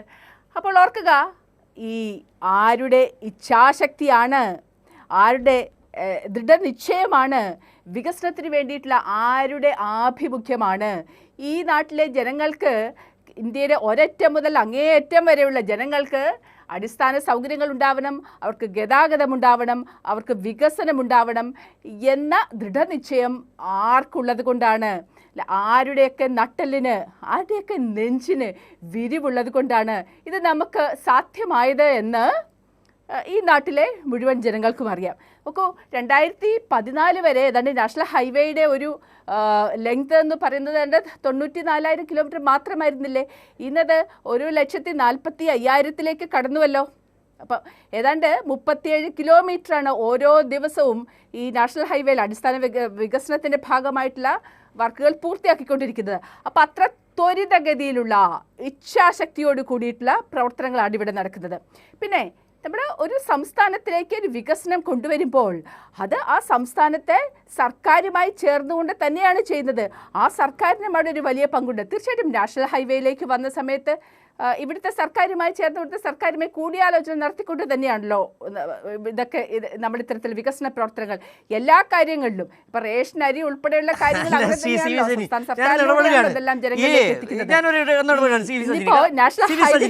ഞാനൊന്ന് ഇടപെടുകയാണ്. താങ്കൾ പറഞ്ഞത് ശരിയാണ്, സംസ്ഥാന സർക്കാരുമായി ചേർന്നാണല്ലോ. കഴിഞ്ഞ വിഴിഞ്ഞം പദ്ധതിയുടെ ഉദ്ഘാടനവുമായി ബന്ധപ്പെട്ട് നമ്മുടെ മുഖ്യമന്ത്രി അവസാനം ഈ പ്രസംഗിച്ചൊരു കാര്യമുണ്ട്. സംസ്ഥാനവും കേന്ദ്രവും തമ്മിൽ യോജിച്ചുകൊണ്ടാണ് വികസന പദ്ധതികൾ നടപ്പിലാക്കേണ്ടത്. വിഴിഞ്ഞം പദ്ധതിയുമായി ബന്ധപ്പെട്ട് ഈ പ്രസംഗം കഴിഞ്ഞു പോകുന്നതിൻ്റെ തൊട്ടു പിന്നാലെ പ്രധാനമന്ത്രിയോട് ആ പ്രസംഗത്തിൽ പറഞ്ഞ കാര്യങ്ങളൊക്കെ നടപ്പിലാക്കണമെന്ന് പറഞ്ഞൊരു മുഖ്യമന്ത്രിയെ നമ്മൾ കണ്ടതാണ്. അന്നേരം ഈ പ്രധാനമന്ത്രി നരേന്ദ്രമോദി നടത്തിയൊരു ചിരി മാത്രമാണ്. വിഴിഞ്ഞം പദ്ധതിക്ക് എങ്ങനെയാണ് പണം മുടക്കിയതെന്ന്, മറ്റിവിടെ നടത്തുന്ന വികസന പദ്ധതികൾ വായ്പയ്ക്കാണ്ട് സുപ്രീം കോടതി സമീപിക്കേണ്ടി വന്ന സാഹചര്യം, വയനാടിന് വേണ്ടി, വയനാട് ദുരന്തമുണ്ടായപ്പോൾ അതിനുവേണ്ടി കേണ സാഹചര്യം, ഇവിടെ വന്ന് താങ്കളുടെ പ്രധാനമന്ത്രി നരേന്ദ്രമോദി ഒരു കുഞ്ഞിനെ എടുത്ത് ഉമ്മ വെച്ച് പോയ സാഹചര്യം, 1 രൂപ തരാതെ. ഇപ്പോൾ പറയുന്നത് കേട്ടാൽ തോന്നും ഇത് ഔദാര്യമാണെന്നാണ്. കേന്ദ്രം ചില ഔദാര്യങ്ങൾ തരുന്നുണ്ട്, ആ ഔദാര്യങ്ങളൊക്കെ വാങ്ങിക്കൊള്ളുന്നതാണ്. ജയിക്കിനോടാണ് ഒരു പക്ഷേ സജിനി പറഞ്ഞതെന്ന് എനിക്ക് തോന്നുന്നു. ഈ പൈസ എല്ലാം BJP വന്നില്ലായിരുന്നുവെങ്കിൽ എന്ത് ചെയ്യും? എനിക്ക് മനസ്സിലാക്കാൻ കഴിയുന്നത് 1 വർഷം 96,000 കോടി നികുതി ഇനത്തിൽ കേന്ദ്ര സർക്കാരിന് കൊടുക്കുന്നുണ്ട്, 26,000 കോടി മാത്രമാണ് ഇങ്ങോട്ട് തരുന്നത്. പക്ഷേ സജിനിയെ പോലുള്ള BJP നേതാക്കൾ വീമ്പിളക്കുകയാണ്, ഇവിടെ മോദിയാണ് കേരളത്തിലെല്ലാം തന്നുകൊണ്ടിരിക്കുന്നതെന്ന്. അല്ല, ഇതിൽ ഏറ്റവും രസകരമായത് ബഹുമാനിയായ BJP-യുടെ പ്രതിനിധി ദേശീയപാതയുടെയും അതോടൊപ്പം ഗെയിൽ പദ്ധതിയുടെയും ഒക്കെ അവകാശവാദം തങ്ങളുടേതാണ് എന്ന നിലയിൽ ഉന്നയിക്കാൻ ശ്രമിക്കുകയാണ്. ഞാൻ അതുകൊണ്ടാണ് ആവർത്തിച്ച് ഇത്തരം ചോദ്യങ്ങൾ തിരികെ വരുമെന്ന് ഉറപ്പുള്ളത് കൊണ്ടാണ് ഞാൻ പറഞ്ഞത്. അങ്ങനെയെങ്കിൽ അങ്ങ് മനസ്സിലാക്കേണ്ടതില്ലേ, BJPയുടെ നേതാവായിട്ടുള്ള അങ്ങയുടെ മുൻ സംസ്ഥാന പ്രസിഡന്റ് എന്തിനു വേണ്ടിയിട്ടാണ് ഈ കേന്ദ്ര പദ്ധതിയൊക്കെ, അതായത് അസാധാരണ നെഞ്ചുപിരിവും അസാധാരണ ഇച്ഛാശക്തിയും ഉണ്ടെന്ന് അവരവകാശപ്പെടുന്ന അങ്ങയുടെ പ്രധാനമന്ത്രിയുടേതാണെങ്കിൽ എന്തിനാണ് ഇത് നടപ്പിലാക്കാൻ പിണറായി വിജയൻ ഇച്ഛാശക്തി ഉള്ളത്? BJP നേതാവ് എന്തിനു വേണ്ടിയിട്ടാണ് 2016 മെയ് മാസം 1-ാം തീയതി ഞങ്ങളോട് ചോദിച്ചത്? നിങ്ങൾക്ക് നടപ്പിലാക്കിയ പോരായിരുന്നു? അപ്പോൾ അതായിരുന്നില്ല സ്ഥിതി. കേരളത്തിൽ ഈ വികസനത്തെ ആകെ തകർക്കാൻ അങ്ങ് ഓർക്കുന്നില്ലേ? അങ്ങയുടെ സഹപ്രവർത്തകർ, വലിയ നേതാക്കന്മാർ ബംഗാളിലെ നന്ദിഗ്രാമിൽ നിന്ന് മണ്ണ് കൊണ്ട കേരളത്തിൽ ഇട്ടു ഈ പാത മുടക്കാൻ. ആ മണ്ണ് കൊണ്ട് ഇട്ട പാതയിലൂടെ ഇപ്പോ 8 വരിയായിട്ട് ഈ പാത വരുന്നുണ്ടെങ്കിൽ അത് ഡൽഹിയിലുള്ള ഒരാളുടെയും നെഞ്ചിന്റെ വിരിവ് കൊണ്ടല്ല, ഡൽഹിയിലുള്ള ഒരാളുടെയും ഇച്ഛാശക്തി കൊണ്ടല്ല. കേരളത്തിൽ BJPയും കോൺഗ്രസും SDPയും ജമാഅത്തെ ഇസ്ലാമിയും ചേർന്ന് നന്ദിഗ്രാമിൽ നിന്ന് മണ്ണ് കൊണ്ടുവന്നും നിസ്കാരപ്പായ റോഡിൽ വിരിച്ചും സ്വീകരിക്കാൻ പറ്റുന്ന എല്ലാ കുതന്ത്രങ്ങളും, എല്ലാ അധമമായ മാർഗങ്ങളും, എല്ലാ സമര വൈകൃതങ്ങളും സ്വീകരിച്ചിട്ടും ആ സമര വൈകൃതങ്ങളെയും അധമ മാർഗങ്ങളെയും കുതന്ത്രങ്ങളെയും തട്ടിത്തെറിപ്പിച്ച് അതേ മണ്ണിലൂടെ, ഈ നന്ദിഗ്രാമിൽ നിന്ന് മണ്ണ് കൊണ്ടുവന്ന നിങ്ങൾ വെല്ലുവിളിച്ച് ചോദിച്ച അതേ മണ്ണിലൂടെ ഈ പദ്ധതിയൊക്കെ യാഥാർത്ഥ്യമാക്കാൻ കഴിഞ്ഞിട്ടുണ്ടെങ്കിൽ അത് ആരുടെ ഇച്ഛാശക്തി എന്ന്, ആരുടെ സ്റ്റേറ്റ്മാൻഷിപ്പ് എന്ന്, ആരുടെ ക്രൈസിസ് മാനേജിങ് പവർ എന്നുള്ളത് കേരളത്തിൽ സാമാന്യ യുക്തിയുള്ള, അതിൽ സംഘപരിവാരം ഉണ്ടോ എന്നുള്ളത് അങ്ങയുടെ അവസരത്തിൽ വിശേഷിപ്പിച്ചാൽ മതി, പറഞ്ഞാൽ മതി, സാമാന്യ യുക്തിയുള്ള കേരളത്തിലെ മുഴുവൻ ജനങ്ങൾക്കും തിരിച്ചറിയാൻ കഴിയും എന്നുള്ളതാണ് ഞാൻ മനസ്സിലാക്കുന്നത്. പിന്നെ ഒരു കാര്യം അങ്ങ് മനസ്സിലാക്കേണ്ടത്, ദേശീയപാത ഉൾപ്പെടെയുള്ള പദ്ധതികൾ, ഇപ്പൊ അങ്ങ് പറഞ്ഞല്ലോ വിഴിഞ്ഞം പദ്ധതിയെ സംബന്ധിച്ച് അവതാരകൻ ചോദിച്ചു. വിഴിഞ്ഞം പദ്ധതി ഉദ്ഘാടനം ചെയ്യാൻ പ്രധാനമന്ത്രി വന്നു. വിഴിഞ്ഞം പദ്ധതിയിൽ 1 രൂപ അങ്ങ് സൂചിപ്പിച്ച നെഞ്ചുവിരിവുള്ള നേതാവിന്റെ കയ്യിൽ നിന്ന് നിങ്ങൾക്ക് കിട്ടിയോ? 1 രൂപ കിട്ടിയില്ല എന്നുള്ളതാണ് യാഥാർത്ഥ്യം. 1 രൂപ കിട്ടിയില്ല എന്ന് മാത്രമല്ല, വിഴിഞ്ഞം പദ്ധതിയുടെ ഉൾപ്പെടെയുള്ള കാര്യങ്ങളുടെ ഉദ്ഘാടനത്തിന് ഇന്ത്യയുടെ പ്രധാനമന്ത്രി വന്ന് പങ്കെടുത്തു പോയി. പക്ഷെ പരിപൂർണമായും അതിന്റെ ചെലവ് വഹിച്ചത് ആരാണ്? കേന്ദ്രത്തിന്റെ ഒരു നയാ പൈസ നമുക്ക് കിട്ടിയിട്ടില്ല. ഇന്ത്യയുടെ ആദ്യത്തെ മദർ പോർട്ടായി മാറുന്നു. എന്നാൽ അതിന്റെ വിഹിതം, അതിൽ നിന്ന് ലഭിക്കുന്ന പണത്തിന്റെ നല്ലൊരു വിഹിതം യൂണിയൻ ഗവൺമെന്റ് കൊണ്ടുപോവുകയും ചെയ്യുന്നു. വിഴിഞ്ഞം പദ്ധതിയെ സംബന്ധിച്ച് മാത്രമല്ല, കൊച്ചി വാട്ടർ മെട്രോ ഉദ്ഘാടനത്തിന് ആരാണ് വന്നത്? എത്ര രൂപ നെഞ്ചുവിരിവുള്ള നിങ്ങളുടെ നേതാവ് യൂണിയൻ ഗവൺമെന്റിന്റെ നമുക്ക് അവകാശമുള്ള വിഹിതം സംഭാവന ചെയ്തു? ഡിജിറ്റൽ യൂണിവേഴ്സിറ്റിയുടെ ഉദ്ഘാടനം, K-ഫോണിന്റെ ഉദ്ഘാടനം, ഏറ്റവും അടുത്ത ദിവസം നിർവഹിക്കപ്പെടാൻ വേണ്ടി പോകുന്ന സയൻസ് സിറ്റി, അങ്ങ് മനസ്സിലാക്കി. ഇതൊക്കെ ഇന്ത്യയുടെ മറ്റേതെങ്കിലും സംസ്ഥാനത്തിലുണ്ടോ? UP-കാരനായിട്ടുള്ള യൂണിയൻ ഗവൺമെന്റിന്റെ മന്ത്രി കേരളത്തിൽ വന്ന് പറഞ്ഞത്, യോഗിയോട് കേരളത്തെ കണ്ട് പഠിക്കാൻ ഞാൻ ആവശ്യപ്പെടും. അത് പറഞ്ഞിട്ടാണ് ഇവിടുന്ന് അങ്ങോട്ടേക്ക് പോയത്. കേരളം നേടിയെടുത്ത ഏത് ഹ്യൂമൻ ഡെവലപ്പ് ഇൻഡെക്സിന്റെയും മാറ്റം അങ്ങ് പരിശോധിക്കുക. Is of doing business union ഗവൺമെന്റിന്റെ സംഭാവനയാണോ? 28 കേരളത്തിന്റെ സ്ഥാനം. ആ സ്ഥാനമുള്ള കേരളം ഇപ്പോൾ എവിടെത്തി? അങ്ങയുടെ നേതാവ് കൂടിയായിട്ടുള്ള യൂണിയൻ ഗവൺമെന്റിലെ വ്യവസായ വകുപ്പിന്റെ ചുമതലയുള്ള പീയൂഷ് ഗോയലിന്റെ വാക്ക് കടമെടുത്താൽ ഇതാ എവർ ബെസ്റ്റ് പ്രാക്ടീസ് എന്ന് സൂചിപ്പിക്കാൻ കഴിയുന്ന അനുഭവങ്ങളിലേക്ക് വ്യാവസായിക സൗഹാർദ്ദ രംഗത്തടക്കം കേരളം മാറി. അതായത് കേരളം നേടിയെടുത്ത മാനവിക വികാസ സൂചികകളിലെ ക്ഷേമകാര്യങ്ങളിലെ മാതൃക നിലനിർത്തിക്കൊണ്ട് വിദ്യാഭ്യാസവും നിക്ഷേപവും വ്യാവസായിക സൗഹാർദ്ദവും ഉൾപ്പെടെയുള്ള പുതിയ മേഖലകളിലേക്ക് കേരളം അഭിമാനത്തോടുകൂടെ കാലൂന്നി കഴിഞ്ഞിരിക്കുന്നു എന്നുള്ളതാണ് ഇപ്പോഴത്തെ അന്തരീക്ഷം. അതിൽ ഫിനാൻഷ്യൽ വാറുകൊണ്ട് സാമ്പത്തിക യുദ്ധം നടത്തി കേരളത്തെ തകർക്കാൻ ശ്രമിച്ചു യൂണിയൻ ഗവൺമെന്റ്. പക്ഷെ അതിനെയും അതിജീവിച്ചു. അങ്ങ് സൂചിപ്പിച്ചതുപോലെ ഇവിടെ നിന്ന് 96,000 കോടി രൂപയിലധികം വരുന്ന നമ്മുടെ നികുതിപ്പണം അങ്ങോട്ട് കൊണ്ടുപോവുകയും അതിൽ നിന്ന് അവകാശമുള്ള പണം, അതായത് ഒരു RSS നേതാവിന്റെയും തറവാട്ട് സ്വത്തിന്റെ വിഹിതമല്ല, മലയാളിയുടെ വേർത്തുപ്പിന്റെ ഓഹരി 1 ലക്ഷം കോടി എടുത്ത് ഇവിടുന്ന് അങ്ങോട്ട് കൊണ്ടുപോവുകയും അതിന്റെ 1/4 പോലും ഇങ്ങോട്ട് തരാതെ കേരളത്തെ അങ്ങ് തകർത്ത് കളയാം എന്ന് വ്യാമോഹിച്ച ചില ആളുകൾ ഉണ്ടായിരുന്നു. അവർക്കാകെ തിരിച്ചടി ഏറ്റിരിക്കുന്ന അഭിമാനകരമായ വികസന നേട്ടങ്ങളുടെ ട്രാക്ക് റെക്കോർഡുമായിട്ടാണ് കേരളത്തിന് നേതൃത്വം നൽകുന്ന ഇടതുപക്ഷം മുന്നോട്ടേക്ക് പോകുന്നത്. ആ യാത്ര തുടരുക തന്നെ ചെയ്യും. അതെ, തുടരുക തന്നെയാണ്. അതായത് നിലവിൽ CM ജയചന്ദ്രൻ ഒരുപക്ഷെ കഴിഞ്ഞ ഈ സംസ്ഥാന സർക്കാരിൻ്റെ 4ാം വാർഷികവുമായി ബന്ധപ്പെട്ട് മന്ത്രിമാർ നടത്തിയ ചില പ്രസംഗങ്ങളുണ്ടായിരുന്നു. അതിൽ K രാജൻ നടത്തിയ വയനാടിലാണെന്ന് തോന്നുന്നു ഒരു പ്രസംഗം ഉണ്ടായിരുന്നു. ഈ സംസ്ഥാനത്തെ പ്രതിപക്ഷം ആരോപണം ഉന്നയിക്കാതിരുന്ന ഒരു വിഷയമുണ്ട്. അതായത് സുനിത വില്യംസ് 9 മാസം ബഹിരാകാശത്ത് തങ്ങേണ്ടി വന്നു, അതിന് ഉത്തരവാദി പിണറായി ആണെന്ന് പറയാതിരുന്നത് വളരെ നല്ല കാര്യമെന്നാണ് K രാജൻ പറഞ്ഞത്. വളരെ രസകരമായൊരു പ്രസംഗമായിരുന്നു അത്. ഇങ്ങനെ കേരളത്തിൽ എന്ത് വന്നാലും പിണറായിയെയും LDF സർക്കാരിനെയും അവമതിപ്പുണ്ടാക്കുന്ന രീതിയിലുള്ള ദുരാരോപണങ്ങൾ ഉണ്ടാക്കുക, ഒരു പ്രതിപക്ഷം എങ്ങനെ ആയിരിക്കരുത് എന്നത് നമ്മളെ കാണിച്ചുകൊണ്ടിരിക്കുകയാണ് സംസ്ഥാനത്തെ പ്രതിപക്ഷം. ഒരുപക്ഷെ ആ K രാജൻ തന്നെ കഴിഞ്ഞ ദിവസം കൈരളി ന്യൂസിനോട് പറഞ്ഞു, ഈ പ്രതിപക്ഷം എന്ന് പറയുന്നത് സംസ്ഥാനത്തെ ഭരണപക്ഷത്തിനുള്ള പ്രതിപക്ഷമല്ല, സംസ്ഥാനത്തെ 3.5 കോടി ജനങ്ങളുടെ പ്രതിപക്ഷമായി ഇങ്ങനെ നിൽക്കുകയാണ്, വികസന വിരുദ്ധരായി നിൽക്കുകയാണ് ഈ പ്രതിപക്ഷം. ഇവർ ഒരു നല്ല പ്രതിപക്ഷമായി മാറാൻ എന്താണ് ചെയ്യേണ്ടത്? M ജയചന്ദ്രൻ.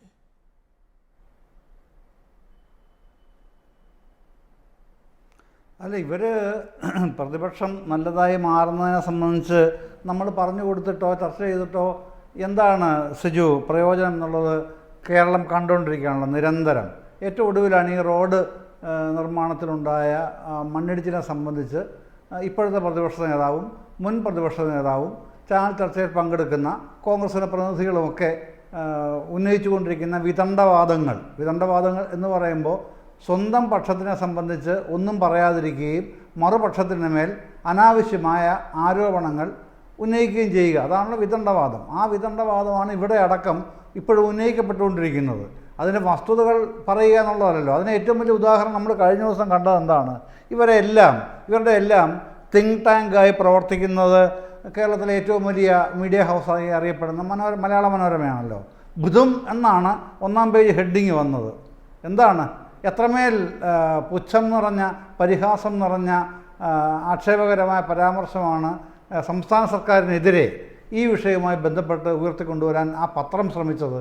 ആ പത്രം ഉന്നയിച്ച വാദഗതികളെല്ലാം അപ്പാടെ വിഴുങ്ങി അത് വീണ്ടും നിരന്തരം പറഞ്ഞുകൊണ്ടിരിക്കുന്ന ഒരു പ്രതിപക്ഷത്തിനെയാണ് നമ്മൾ ഇന്നും കണ്ടുകൊണ്ടിരിക്കുന്നത്.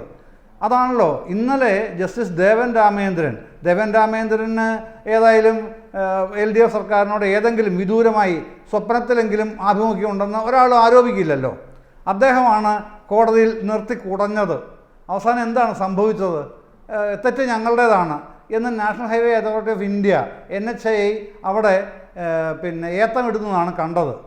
അതാണല്ലോ ഞങ്ങൾക്ക് തെറ്റ് സംഭവിച്ചിട്ടുണ്ട് എന്ന് തന്നെയാണല്ലോ അവിടെ പറഞ്ഞത്. ഈ പണി ഇവിടെ നടക്കില്ല എന്ന് തന്നെ ജസ്റ്റിസ് പറഞ്ഞു.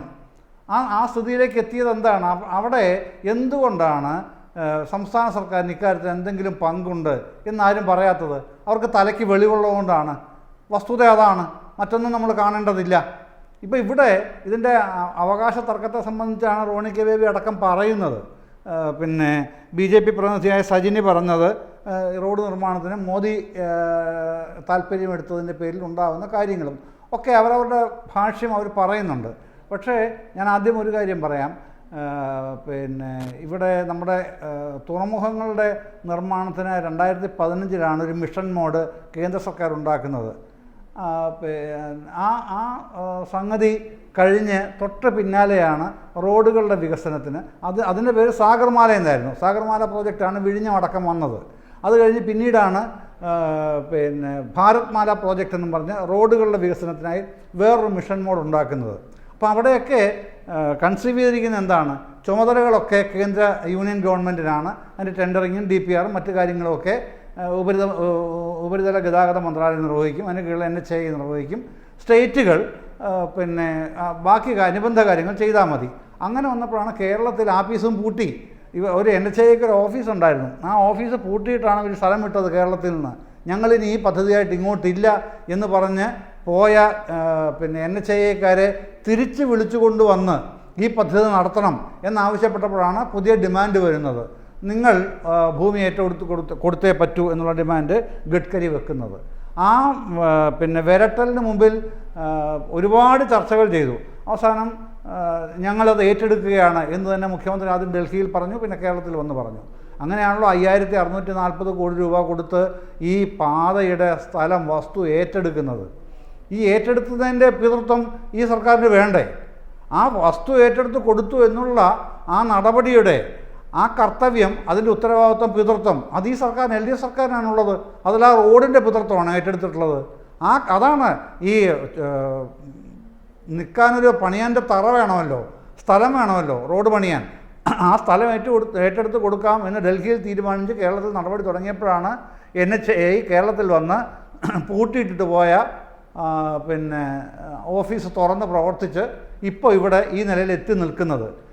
അതിനുശേഷമുള്ള DPR മറ്റു കാര്യങ്ങളൊക്കെ സമ്പൂർണ്ണമായിട്ടും ചെയ്യുന്നതാണ് NHAI ആണ്. ഇപ്പോൾ തന്നെ ഈ കണ്ണൂരെ ഒറ്റ ഉദാഹരണം നോക്കിക്കോളൂ. വാഗത് ഇൻഫ്ര പ്രോജക്ട്സ് എന്ന് പറഞ്ഞൊരു കമ്പനിയുണ്ട്, ഗുജറാത്തുകാരുടെയാണ് കമ്പനി. അപ്പോൾ അദാനിക്കാണ് കണ്ണൂർ ഒരു 49 കിലോമീറ്റർ റോഡ് നിർമ്മാണത്തിൻ്റെ കോൺട്രാക്റ്റ് കിട്ടിയത് 1800 കോടി രൂപയ്ക്ക്. അവർ സബ് കോൺട്രാക്റ്റ് കൊടുത്തു, ഇവർക്ക് ഈ വാഗത് ഇൻഫ്രയ്ക്ക് കൊടുത്തു. എത്ര രൂപയ്ക്കെന്നറിയാം? 971 കോടി രൂപയ്ക്ക്. ബാക്കിയില്ല. ആ 971 കോടി രൂപയ്ക്ക് പണി നടക്കൂ. അപ്പോൾ ഈ 1800 കോടി രൂപയിൽ ബാക്കി എവിടെ പോയി സാർ? കഥയിൽ ചോദ്യമില്ല, സംസ്ഥാനത്തിന് ചോദിക്കാൻ അധികാരമില്ല. അത് തീരുമാനിക്കുന്നത് NHAI ആണ്. അവരുടെ നോംസിൽ അവരാണ് കാര്യങ്ങൾ ചോദിക്കേണ്ടത്. പക്ഷെ ചോദിക്കുന്നില്ല. എന്താണ് കാര്യം? ആ പണം അദാനി കൺസ്ട്രക്ഷൻസിനാണ് അത് ബേസ് കോൺട്രാക്റ്റ് കിട്ടിയത്. അവർ സബ് കോൺട്രാക്റ്റാണ് വാഗത് ഇൻഫ്രയ്ക്ക് കൊടുത്തത്. അപ്പോൾ എവിടെ പോയി ആ പണം? കാര്യം ക്ലിയർ ആണല്ലോ. അതന്വേഷിക്കാൻ സംസ്ഥാനത്തിന് അധികാരമില്ല. പക്ഷെ നമ്മൾ പറയും ഇത് വസ്തുതയാണ്, ഇത് ആർക്കും പരിശോധിക്കാവുന്നതാണ്, ഒരു തർക്കവുമില്ലാതെ അറിയാൻ കഴിയുന്ന കാര്യവുമാണ്. അപ്പോൾ അത്തരം കാര്യങ്ങൾ വരുമ്പോഴത്തേക്ക് എന്താണ്? നിയമം എവിടെയാണ്? നിയമം അവിടെ തീരുമാനിക്കും. ആര്? പിന്നെ ഉപരിതല ഗതാഗത മന്ത്രാലയം തീരുമാനിക്കും. അവരുടെ കീഴിൽ NHAI തീരുമാനിച്ചോളൂ. പക്ഷേ കോടതി ഇന്നലെ ജസ്റ്റിസ് ദേവനാഥൻ ചോദിച്ചതുപോലെ ഉത്തരവാദിത്തോടെ പണിയണം, റോഡ് പണിയണം. അല്ലാതെ ഇട്ടിട്ട് പോകാനോ മണ്ണിടിഞ്ഞ് പ്രശ്നം ഉണ്ടാക്കി അത് മുഴുവനും പിണറായി സർക്കാരിൻ്റെ തലയിലേക്ക് എടുത്തു വെക്കാമെന്നുള്ള വ്യാമോഹമോ നടക്കില്ല. അത് ഇല്ലാത്ത പൂച്ച ഇരുട്ടിൽ തപ്പുന്നതിന് തുല്യമാണത്. അത് കഴിയില്ല. കാരണം വസ്തുതകൾ നേരെ തിരിച്ചാണ്. ഇവിടെ എടുത്തു കൊടുക്കേണ്ട പണി അത്യധ്വാനം ഇന്ത്യയിൽ ഒരു സ്റ്റേറ്റ് ഇത് ചെയ്തിട്ടില്ല എന്ന് ഓർക്കണം കേട്ടോ. ഇത്രയും പണം മുടക്കി അടിസ്ഥാന സൗകര്യ വികസനത്തിന് വേണ്ടി ഇത്രയും കേരളത്തിൻ്റെ കഴുത്ത് ഞെരിക്കുകയാണ് ഇപ്പോഴും പല കാര്യങ്ങളിലും. എന്നിട്ടും ഈ വസ്തു ഏറ്റെടുത്ത് കൊടുത്ത് നിർമ്മാണം തുടങ്ങി ഈ ഡിസംബറിൽ 90% റോഡ് നിർമ്മാണം പൂർത്തീകരിക്കാമെന്നാണ് NHAI നൽകിയ ഉറപ്പ് വിശ്വസിച്ച് സംസ്ഥാന ഗവൺമെൻറ്റും അംഗീകരിച്ചിരിക്കുന്നത്. അപ്പോഴാണ് ഈ മണ്ണിടിച്ചിലുണ്ടായത്. ആ 90% ഏതാനും ശതമാനത്തിൻ്റെ കുറവാണ് ഇപ്പോൾ വരാൻ പോകുന്നത്. എങ്കിലും അത് പൂർത്തീകരിക്കാം എന്ന് തന്നെയാണ് പിന്നെ എല്ലാ വിദഗ്ധരും അഭിപ്രായപ്പെട്ടുള്ളത്. ഡൽഹിയിൽ നിന്നുള്ള 3 വിദഗ്ധർ കഴിഞ്ഞ ദിവസം വന്ന് താങ്കൾ ആദ്യം ചൂണ്ടിക്കാട്ടിയ ആ മനോരമയുടെ പദപ്രയോഗമുണ്ട്. ധും, വലിയ വെണ്ടയ്ക്ക എന്നല്ല അത് പറയാൻ കഴിയുക. അത് മറ്റെന്തെങ്കിലും വാക്കുകൾ നമ്മുടെ ഈ നാട്ടിലെ മത്തങ്ങ വലിപ്പത്തിൽ എന്ന് വേണമെങ്കിൽ പറയേണ്ടതുണ്ട്. മത്തങ്ങ വലിപ്പത്തിലായിരുന്നു ധും എന്നുള്ള പദപ്രയോഗം. അതിൽ സന്തോഷിക്കുകയാണ്. VD സതീശനോടൊപ്പം സംസ്ഥാനത്തെ കോൺഗ്രസിനോടൊപ്പം ധും എന്ന് പറയുന്നതിലുണ്ട്. ഒരു സംസ്ഥാനത്തിൻ്റെ വികസന പ്രവർത്തനങ്ങൾ അപ്പാടെ തകരാറിലാകുമ്പോൾ വലിയ തരത്തിലുള്ള പ്രതിസ്ഥാനത്ത് ഒരു സംസ്ഥാന സർക്കാരിനെ നിർത്താൻ പ്രതിപക്ഷം ശ്രമിക്കുമ്പോൾ ധും എന്ന് പറയുന്ന പദപ്രയോഗത്തിലുണ്ട് അവരുടെ ആഹ്ലാദം അതിനകത്തുണ്ട്. VD സതീശൻ ഇന്ന് വാർത്താ സമ്മേളനത്തിൽ പറഞ്ഞത് നിതിൻ ഗഡ്കരിക്ക് കത്തയച്ചെന്ന് പറഞ്ഞെങ്കിൽ പോലും ഇതിൽ പങ്ക്, ഈ പാത ഇങ്ങനെ വിള്ളൽ വീണതിൽ പങ്ക് സംസ്ഥാന സർക്കാരിനുണ്ട്, ഇനിയും പൊളിയും എന്ന് തന്നെയാണ് VD സതീശൻ പറഞ്ഞത്. നമുക്കൊരു ഓർമ്മയുണ്ട്, 2 പ്രളയം കണ്ട കേരളത്തിൻ്റെ മുഖത്ത് നിന്നുകൊണ്ട് തിരുവഞ്ചൂർ രാധാകൃഷ്ണൻ എന്ന് പറയുന്ന പഴയ മന്ത്രി MLA പറഞ്ഞൊരു കാര്യം പറഞ്ഞു, ഇനിയും പ്രളയം വരും, നിരവധി പേർ മരിക്കുമെന്ന് പറഞ്ഞ. അങ്ങനെ ഒരു ദുരന്തത്തിൽ പോലും കുടിലമായ രാഷ്ട്രീയം കാണുന്ന കോൺഗ്രസിന്റെ നിലപാട് അതാണ് ഇവിടെയും കണ്ടത്. ശ്രീ റോണി കെ ബേബി, ഇവിടെ പറഞ്ഞെന്താ, ഞങ്ങൾ ഇവിടെ ഒരു റോഡ് ഇടിഞ്ഞു വീണപ്പോൾ പ്രതിപക്ഷം വല്ലാണ്ട് അങ്ങ് സന്തോഷിച്ചു എന്നാണോ? ഞങ്ങൾ ഒരിക്കലും അങ്ങനെ ചെയ്യുന്ന ആളുകളുമല്ല. അങ്ങനെ നിങ്ങൾ ക്യാപ്സ്യൂൾ ഉണ്ടാക്കി ചിലപ്പോൾ കേരളത്തിലെ ജനങ്ങളെ തെറ്റിദ്ധരിപ്പിക്കാൻ വേണ്ടിയിട്ട് ശ്രമിക്കുന്നുണ്ടാവും. അല്ല, നിങ്ങൾ ഇന്നുവരെ പറഞ്ഞോ ഈ റോഡ് ഉണ്ടാക്കിയത്? നിങ്ങൾ പറഞ്ഞത് എന്താണ്? ഈ റോഡിന്റെ ക്രെഡിറ്റ് നിങ്ങളല്ലേ? നിങ്ങൾ ഇപ്പോഴെങ്കിലും പറഞ്ഞല്ലോ കേന്ദ്രത്തിൻ്റെതല്ലേ ഞങ്ങൾ ചോദിച്ചത്. പക്ഷെ നിങ്ങൾ ഏതെങ്കിലും ഘട്ടത്തിൽ പറഞ്ഞോ ഈ കമ്പനികൾ, കരാർ ഉണ്ടാക്കിയ കമ്പനികളെ കുറിച്ച്? മേഘ ഇൻഫ്രാസ്ട്രക്ചേഴ്സ് എന്ന് പറഞ്ഞ കമ്പനിയും ഇലക്ട്രൽ ബോണ്ട് കൊടുത്തതും BJPയും തമ്മിലുള്ള അവിശുദ്ധ ബന്ധത്തെക്കുറിച്ച് നിങ്ങൾ പറഞ്ഞോ? നേരത്തെ ജയചന്ദ്രൻ ചൂണ്ടിക്കാട്ടിയ വൈഗ ഇൻഫ്രാസ്ട്രക്ചറിനെ കുറിച്ച് നിങ്ങൾ പറഞ്ഞോ? നിങ്ങൾ പറഞ്ഞില്ല. നിങ്ങൾ പറഞ്ഞ ഈ റോഡ് പൊളിഞ്ഞു, അവിടെ റിയാസ് വന്ന് റിയാസ് റീലെടുത്തിട്ടുണ്ടാകാം. കാരണം എന്താണ്? ഈ നാളുകളായി നടക്കാതിരുന്ന ഒരു പദ്ധതി, അത് കാസർഗോഡ് മുതൽ കന്യാകുമാരി വരെ ആ സർക്കാരിന്റെ അഭിമാന പദ്ധതിയായി വരുമ്പോൾ റീലെടുക്കും. ശ്രീ ജയ്ക്ക് എനിക്ക് മറുപടി പറഞ്ഞോളൂ. താങ്കൾ പറഞ്ഞോളൂ. ഇവിടെ ഞാൻ ബഹുമാനപ്പെട്ട ജയ്ക്ക് പറയുണ്ടായി, ഞങ്ങളൊക്കെ ബഹുമാനപ്പെട്ട കുണ്ടറ MLA ഒക്കെ തെറ്റിദ്ധരിപ്പിക്കാൻ വേണ്ടി ശ്രമിക്കുന്നു. വളരെ കൃത്യമായി പറയാം. ഇത് എന്ന് പറയുന്നത് മിനിസ്ട്രി ഓഫ് ട്രാൻസ്പോർട്ട്, കേന്ദ്ര ഗവൺമെന്റ്, അവരുടെ 2016 ഡേറ്റ് തന്നെ പറയാം, 2017 ഡിസംബർ 28 പറഞ്ഞിരിക്കുന്ന ഉത്തരവാ. ആ ഉത്തരവ് വളരെ വ്യക്തമായി പറഞ്ഞിട്ടുണ്ട്. The right to compensation act came into force with effect from 1/1/2014. Section 105 of this act is applicable to the land compensation under the National Highway Act of 1956. വളരെ വ്യക്തമായി. അപ്പൊ നിങ്ങൾ ഇങ്ങനെ തെറ്റിദ്ധരിപ്പിക്കാൻ ശ്രമിക്കുന്ന പ്രശ്നം എന്ന് പറയുന്നത്, അപ്പോൾ 2013 ഞങ്ങൾ ഒരു നിയമം കൊണ്ടുവന്നാൽ നിങ്ങൾക്ക് അംഗീകരിക്കാൻ കഴിയില്ല എല്ലാം എന്ന് പറയും. ഞങ്ങൾക്ക് ഇതിനകത്ത് ഒരു റോളും ഇല്ല. ആ രീതിയിൽ പറയുന്നത് ശരിയല്ല. ഇവിടെ ഞങ്ങൾ വളരെ വ്യക്തമായി പറയുന്നത് 2013 റൈറ്റ് ടു കോമ്പൻസേഷൻ ആക്ട് പ്രകാരം തന്നെയാണ്. എന്താ പറയുന്നത്? ഇവിടെ നാഷണൽ ഹൈവേ അതോറിറ്റിയുടെ ആളുകളൊക്കെ ഓഫീസ് അടച്ചുപൂട്ടേണ്ട ആട് വിട്ടുപോയി. UDF കോൺഗ്രസ് എല്ലാ കാലത്തും വികസന വിരോധികളാണ്. നിങ്ങൾ യഥാർത്ഥ വസ്തുതകളിലേക്ക് വാ. ഞങ്ങൾ എന്തുകൊണ്ടാണ് വസ്തുതയല്ലേ ശ്രീ റോണി കെ ബേബി? ഇത് വസ്തുതയല്ലേ? ദേശീയപാത അതോറിറ്റി ഓഫീസ് പൂട്ടിപ്പോയി എന്നുള്ള വസ്തുതയല്ലേ? ഭൂമി സമയത്ത് ഏറ്റെടുത്ത് കൊടുക്കാതിരുന്നു എന്നുള്ള വസ്തുതയല്ലേ? 6000 കോടി സംസ്ഥാനത്തിന് പണം കൊടുക്കേണ്ടെന്നൊരു വസ്തുതയല്ലേ? ഇതല്ലേ പറയുന്നുള്ളൂ. ഏതെങ്കിലും ദുരാരോപണം ഇവിടുത്തെ ഭരണപക്ഷം ഉന്നയിച്ചോ? നിങ്ങൾ കൃത്യമായ കാര്യങ്ങൾ പറയൂ, വസ്തുതകളിലേക്ക് വരും. അത് തന്നെയാണ് പറഞ്ഞത് ജയ്ക്ക്. താങ്കൾക്ക് പറയാം ജയ്ക്ക്, ഈ വീണ്ടും ആ കോമ്പൻസേഷൻ ആക്ടിലേക്കാണ് റോണി കെ ബേബി വരുന്നത്. എനിക്ക് സംസാരിക്കാൻ അവസരം തരണം. ഇത് ശരിയല്ല, ഈ പറയുന്നത് ഇത് ശരിയല്ല. അല്ല, താങ്കൾ പറഞ്ഞ വസ്തുതയാണ്. ആ ചോദ്യമാണ് ചോദിച്ചത്. താങ്കൾ ചോദിച്ചത് അതേ ചോദ്യമാണ്. ആ വസ്തുതയല്ലെന്നാണ് ചോദിച്ചത് ശ്രീ ജയ്ക്ക്. നായകനെതിരെ അല്ല, ഈ ആക്ടിനെ സംബന്ധിച്ചുള്ള ഞാൻ പറഞ്ഞു, അതിന്റെ ഷെഡ്യൂളിൽ നാഷണൽ ഹൈവേയെ പെടുത്തണമെന്നുള്ളത് ആ സമയത്ത് ഞാൻ മനസ്സിലാക്കുന്നു ഇപ്പോഴത്തെ CPIയുടെ അഖിലേന്ത്യാ സെക്രട്ടറി D രാജീവ് ഉൾപ്പെടെ ഇപ്പോഴത്തെ കേരളത്തിന്റെ വ്യവസായ മന്ത്രി സഖാവ് P രാജീവ് ഉൾപ്പെടെയുള്ളവർ ആ കമ്മിറ്റിയിൽ, ഇതിന്റെ പഠനത്തിന് വേണ്ടി നിയമിച്ച കമ്മിറ്റിയിലെ അംഗങ്ങളായിരുന്നു. ആ കമ്മിറ്റിയെ നയിച്ചിരുന്നതാവട്ടെ അന്നത്തെ കോൺഗ്രസിന്റെ ബഹുമാന്യനായ വകുപ്പ് മന്ത്രി കൂടിയായിരുന്ന ശ്രീ ജയറാം രമേശ് ആയിരുന്നു. അവരോട് ആവർത്തിച്ച് ഈ ഷെഡ്യൂളിൽ ദേശീയപാത ഉൾപ്പെടുത്തുന്നതിനെ സംബന്ധിച്ച് ആവശ്യം ഉന്നയിച്ചപ്പോൾ അത് അംഗീകരിക്കാൻ അതിനോടുള്ള വിയോജിപ്പ് രേഖപ്പെടുത്തിയതിനു ശേഷമാണ് ഇടതുപക്ഷത്തിന്റെ MP മാർ ആ കമ്മിറ്റിയിൽ നിന്ന് പോരുന്നത്.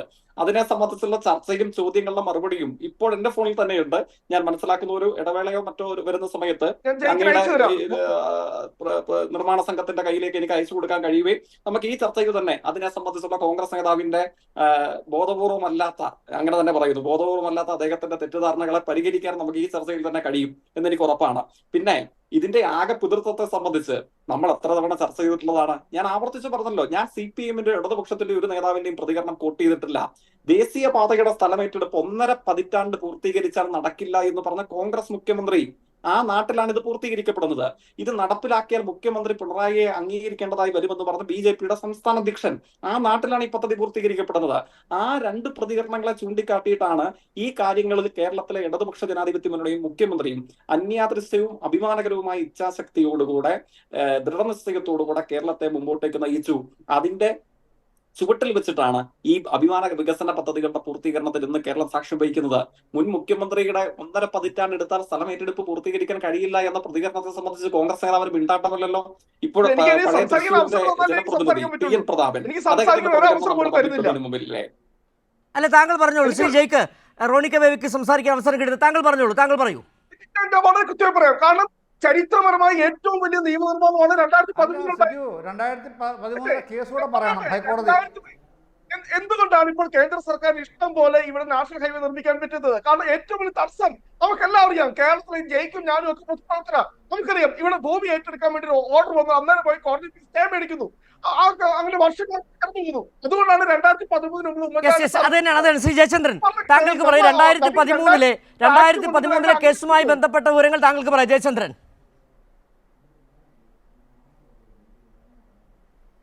അല്ല, അത് ഈ 2013 കൊച്ചിക്കാർ ഹൈക്കോടതി കേസ് കൊടുത്തതിന് ശേഷമാണ് ഈ പ്രശ്നത്തിൽ റോഡ് കാര്യത്തിൽ പിന്നെ ഭൂമി ഏറ്റെടുക്കുമ്പോൾ കോമ്പൻസേഷൻ തരണം എന്നുള്ള തീരുമാനം ഉണ്ടാകുന്നത് കേരള ഹൈക്കോടതിയിൽ നിന്നാണ്. അത് കോൺഗ്രസ് ഗവൺമെൻറ് പാസ്സാക്കിയൊന്നുമല്ല, അങ്ങനെ പറയരുത്, അത് തെറ്റാണത്. അതിനെതിരെയാണ് കൊച്ചിക്കാർ ഹൈക്കോടതി പോയത്. അതിനുശേഷമാണ് ഈ പ്രശ്നം ദേശീയ തലത്തിൽ തന്നെ ചർച്ചാ വിഷയമാവുന്നത്. അതല്ലാതെ നേരത്തെ കേന്ദ്ര സർക്കാരെല്ലാം തീരുമാനിച്ച് ഉത്തരവിലെല്ലാം ഇത് ഉൾപ്പെടുത്തി ഇങ്ങോട്ട് വിട്ടു എന്നുള്ളത് പിന്നെ അടിസ്ഥാനരഹിതവും തെറ്റുമായ കാര്യമാണ്. ഉണ്ടായത് കേരള ഹൈക്കോടതിയിലെ കേസിന് ശേഷമാണ് ഈ കോമ്പൻസേഷൻ കൊടുക്കാൻ കേന്ദ്ര സർക്കാർ ബാധ്യസ്ഥമാവുന്നത്. അങ്ങനെയാണ് അത് സംഭവിക്കുന്നത്. വാസ്തവത്തിൽ താങ്കൾക്ക് കേസിൻ്റെ രേഖകൾ പരിശോധിക്കാം, പബ്ലിക് ഡൊമൈനിൽ ലഭ്യവുമാണത്. അല്ല ശ്രീ റോണി കെ ബേബി, താങ്കൾ പറഞ്ഞതെല്ലാം ശരി തന്നെയാണ്. നമുക്ക് കണക്കുകൾ അറിയാമല്ലോ, വിവരങ്ങൾ നമ്മുടെ മുമ്പിലുണ്ട്. ഈ കേരളം മാത്രമാണല്ലോ ഈ 6000 കോടി കൊടുക്കേണ്ടി വന്നത്. അതെന്താണ് പറ്റിയത്? അതിന് ഞാൻ കൃത്യമായി ഉത്തരം പറയാം. ഇവിടെ ബഹുമാനപ്പെട്ട ജയേന്ദ്രൻ സാർ പറഞ്ഞു ഇന്ത്യയിൽ മറ്റൊരു സംസ്ഥാനവും ഭൂമി ഏറ്റെടുക്കാൻ വേണ്ടി പൈസ മുടക്കിയിട്ടില്ല. ഞാൻ ഇവിടെ പിന്നെ CPMന്റെ വക്താവായിട്ടുള്ള ബഹുമാനപ്പെട്ട ജയ്ക്കുണ്ട്, കേന്ദ്ര മാഷുണ്ട്. ഞാൻ ഒരു കാര്യം പറഞ്ഞതിനെ കുറിച്ച് നിങ്ങൾ ആരും മറുപടി പറഞ്ഞില്ല. 2021 വന്ന വാല്യൂ ക്യാപ്ചർ ഫിനാൻഷ്യൽ മോഡൽ എന്ന് പറഞ്ഞ കേന്ദ്ര സർക്കാർ കൊണ്ടുവന്നിരിക്കുന്ന ഒരു എഗ്രിമെന്റ് ഉണ്ട്. ആ എഗ്രിമെന്റ് പ്രകാരം ഇന്ത്യയിലെ 1 ഡസനോളം സംസ്ഥാനങ്ങൾ 100% തുക ചെലവഴിച്ചു ഭൂമി ഏറ്റെടുക്കാൻ വേണ്ടി. തൊട്ടടുത്തുള്ള തമിഴ്നാട്, തൊട്ടടുത്തുള്ള കർണാടക, ആന്ധ്രാപ്രദേശ്, ബംഗാൾ ഉൾപ്പെടെ ഇന്ത്യയിലെ പല സംസ്ഥാനങ്ങൾ 100% തുക ഭൂമി എടുക്കാൻ വേണ്ടി ചെലവഴിച്ചപ്പോഴാണ് നമ്മൾ 25% തുക ചെലവഴിച്ചിട്ട് മുഴുവൻ ക്രെഡിറ്റും ഈ ദേശീയപാത നിർമ്മിക്കുന്നത് ഉൾപ്പെടെ മുഴുവൻ ക്രെഡിറ്റും സംസ്ഥാന ഞങ്ങൾ അത്രേ പറയുന്നുള്ളൂ. ഞങ്ങൾ മാത്രമേ ഞങ്ങൾ ചൂണ്ടിക്കാണിക്കുന്നുള്ളൂ. നിങ്ങൾ ഈ പറയുന്ന ഇതിന്റെ മുഴുവൻ ക്രെഡിറ്റും നിങ്ങൾ എടുക്കുകയാണെങ്കിൽ തീർച്ചയായിട്ടും ഇതിന് വന്നിട്ടുള്ള പോരായ്മ ഞങ്ങൾ അത്രേ പറയുന്നുള്ളൂ. അതെങ്ങനെയാണ് ന്യായം ശരിയാകുന്നത് ശ്രീ റോണി കെ ബേബി? ദേശീയപാത അതിൻ്റെ അതോറിറ്റി, ദേശീയപാതകളുടെ അതോറിറ്റി എന്ന് പറഞ്ഞാൽ ദേശീയപാത അതോറിറ്റി NHAI ആണ്. അതിൻ്റെ നിർമ്മാണ പ്രവർത്തനങ്ങളുടെ കരാറിനെ ഏൽപ്പിക്കുന്ന അവരുടെ ചുമതലയാണ്. സംസ്ഥാനത്തിൻ്റെ ചുമതല എന്താണ്? ഭൂമി ഏറ്റെടുത്ത് കൊടുക്കുക. അതിന് തന്നെ പതിറ്റാണ്ടുകളോളം ഇവിടെ പ്രശ്നം നടന്നില്ലേ? ഭൂമി ഏറ്റെടുത്ത് കൊടുക്കാൻ കഴിയാതിരുന്നില്ലേ? ആ ഭൂമി ഏറ്റെടുത്ത് കൊടുക്കുക എന്നുള്ളത് ന്യായമായ വില നൽകിക്കൊണ്ട്, നേരത്തെ ജയ്ക്ക് പറഞ്ഞതുപോലെ തന്നെ പി രാജീവ് പല സന്ദർഭങ്ങളിലും പറഞ്ഞുകൊണ്ട്, എങ്ങനെയാണ് ഈ പദ്ധതി യാഥാർത്ഥ്യമായത്? ഇവിടെ ഈ ഭൂമിയുടെ വിലയുമായി ബന്ധപ്പെട്ട് തട്ടി നിന്നപ്പോൾ അത് ഡിസിഷൻ എടുക്കാൻ അധികാരമുള്ളത് ആർക്കാണ്? സംസ്ഥാനത്തിനാണ്. അവിടെ സംസ്ഥാനം തീരുമാനമെടുത്തു, ന്യായമായ വില കിട്ടി. കേരളത്തിൽ എവിടെയാണ് ഈ ഭൂമി ഏറ്റെടുത്ത് സമരമുണ്ടായത്? എവിടെയും സമരമുണ്ടായില്ല. ആ പദ്ധതി യാഥാർത്ഥ്യമാകുമ്പോൾ വളരെ കാര്യക്ഷമമായി ഇടപെട്ടത് കേരളത്തിൻ്റെ LDF സർക്കാരാണ്, പിണറായി സർക്കാരാണ്. അവർ അതിൻ്റെ അവകാശവാദം ഉന്നയിക്കുമ്പോൾ അതിൻ്റെ പൊളിഞ്ഞൊരു അവകാശവാദം കൂടി എടുക്കൂ എന്ന് പറയുന്നത് ഏത് ന്യായമാണെന്ന് എനിക്ക് മനസ്സിലാകുന്നില്ല. ശ്രീ റോണി കെ ബേബി, ഇന്ന് നമ്മുടെ നാട്ടിൽക്കൂടെ ഒരു ദേശീയപാത വരികയാണെങ്കിൽ ജനം ഭയങ്കര ഹാപ്പിയാണ്. ഞങ്ങളുടെ നാട്ടിൽക്കൂടെ ഒക്കെ ഈയിടെ ഭാരതമാല പദ്ധതിയിൽ ജനമൊക്കെ ഭയങ്കര ഹാപ്പിയാണ്. കാരണം എന്നറിയോ, മാർക്കറ്റ് വിലയേക്കാളും 10 ഇരട്ടി കോമ്പൻസേഷൻ കിട്ടുന്നത്. ജനം ഭയങ്കര ഹാപ്പിയാണ്. 1 സെന്റ് 10 സെന്റ് ഉൾപ്പെടെയുള്ളവരിലേക്ക് കോടിക്കണക്കിന് രൂപ വരിക. കാരണം അതിനോട് ഒരു ആക്ട് ഉണ്ട്. പിന്നെ ഇവിടെ രാജ്യവിനെ കുറിച്ച് പറഞ്ഞപ്പോൾ ഞാനൊരു കാര്യം പറഞ്ഞോട്ടെ, ഭൂമിക്കടിയിലെ വാതക ബോംബാണ് അല്ല, ഇത് നാളുകളായി കേൾക്കുന്നതാണ്. ഒരുപക്ഷെ വാതക ബോംബ് പല സന്ദർഭങ്ങളിലും പല കോൺഗ്രസ് നേതാക്കളും ഉന്നയിച്ചിട്ടാണ്. ജയ്ക്ക്, ഈ വാതക ബോംബ് പി രാജീവ് അങ്ങനെ ഒരു വാതക ബോംബിനെ കുറിച്ച് പറഞ്ഞിട്ടുണ്ടോ നിലവിൽ? ഞാൻ ആവർത്തിക്കുന്നു, എനിക്ക് സത്യസന്ധമായി പറഞ്ഞാൽ അദ്ദേഹത്തോട് സഹതാപമുണ്ട്. കാരണം ഇത് ഉന്നയിച്ച മാധ്യമ പ്രവർത്തകർ തന്നെ, മാതൃഭൂമി ന്യൂസിലെ, റിപ്പോർട്ടർ ചാനലിലെ മാധ്യമ പ്രവർത്തകർ തന്നെ ഇങ്ങനെയൊരു നുണ ഞങ്ങൾ പറഞ്ഞിട്ടുണ്ട്. ആ നുണ പറഞ്ഞതിൽ ഞങ്ങൾ അങ്ങോട്ട് മാപ്പ് ചോദിക്കുന്നു, ഖേദം പ്രകടിപ്പിക്കുന്നു, ക്ഷമ ചോദിക്കുന്നു എന്ന് പറഞ്ഞത് റിപ്പോർട്ടർ ചാനലിലെ ഏറ്റവും മുതിർന്ന മാധ്യമ പ്രവർത്തകനാണ്. മാതൃഭൂമി ന്യൂസിലെ ഏറ്റവും മുതിർന്ന ഒരു അവതാരികയാണ്.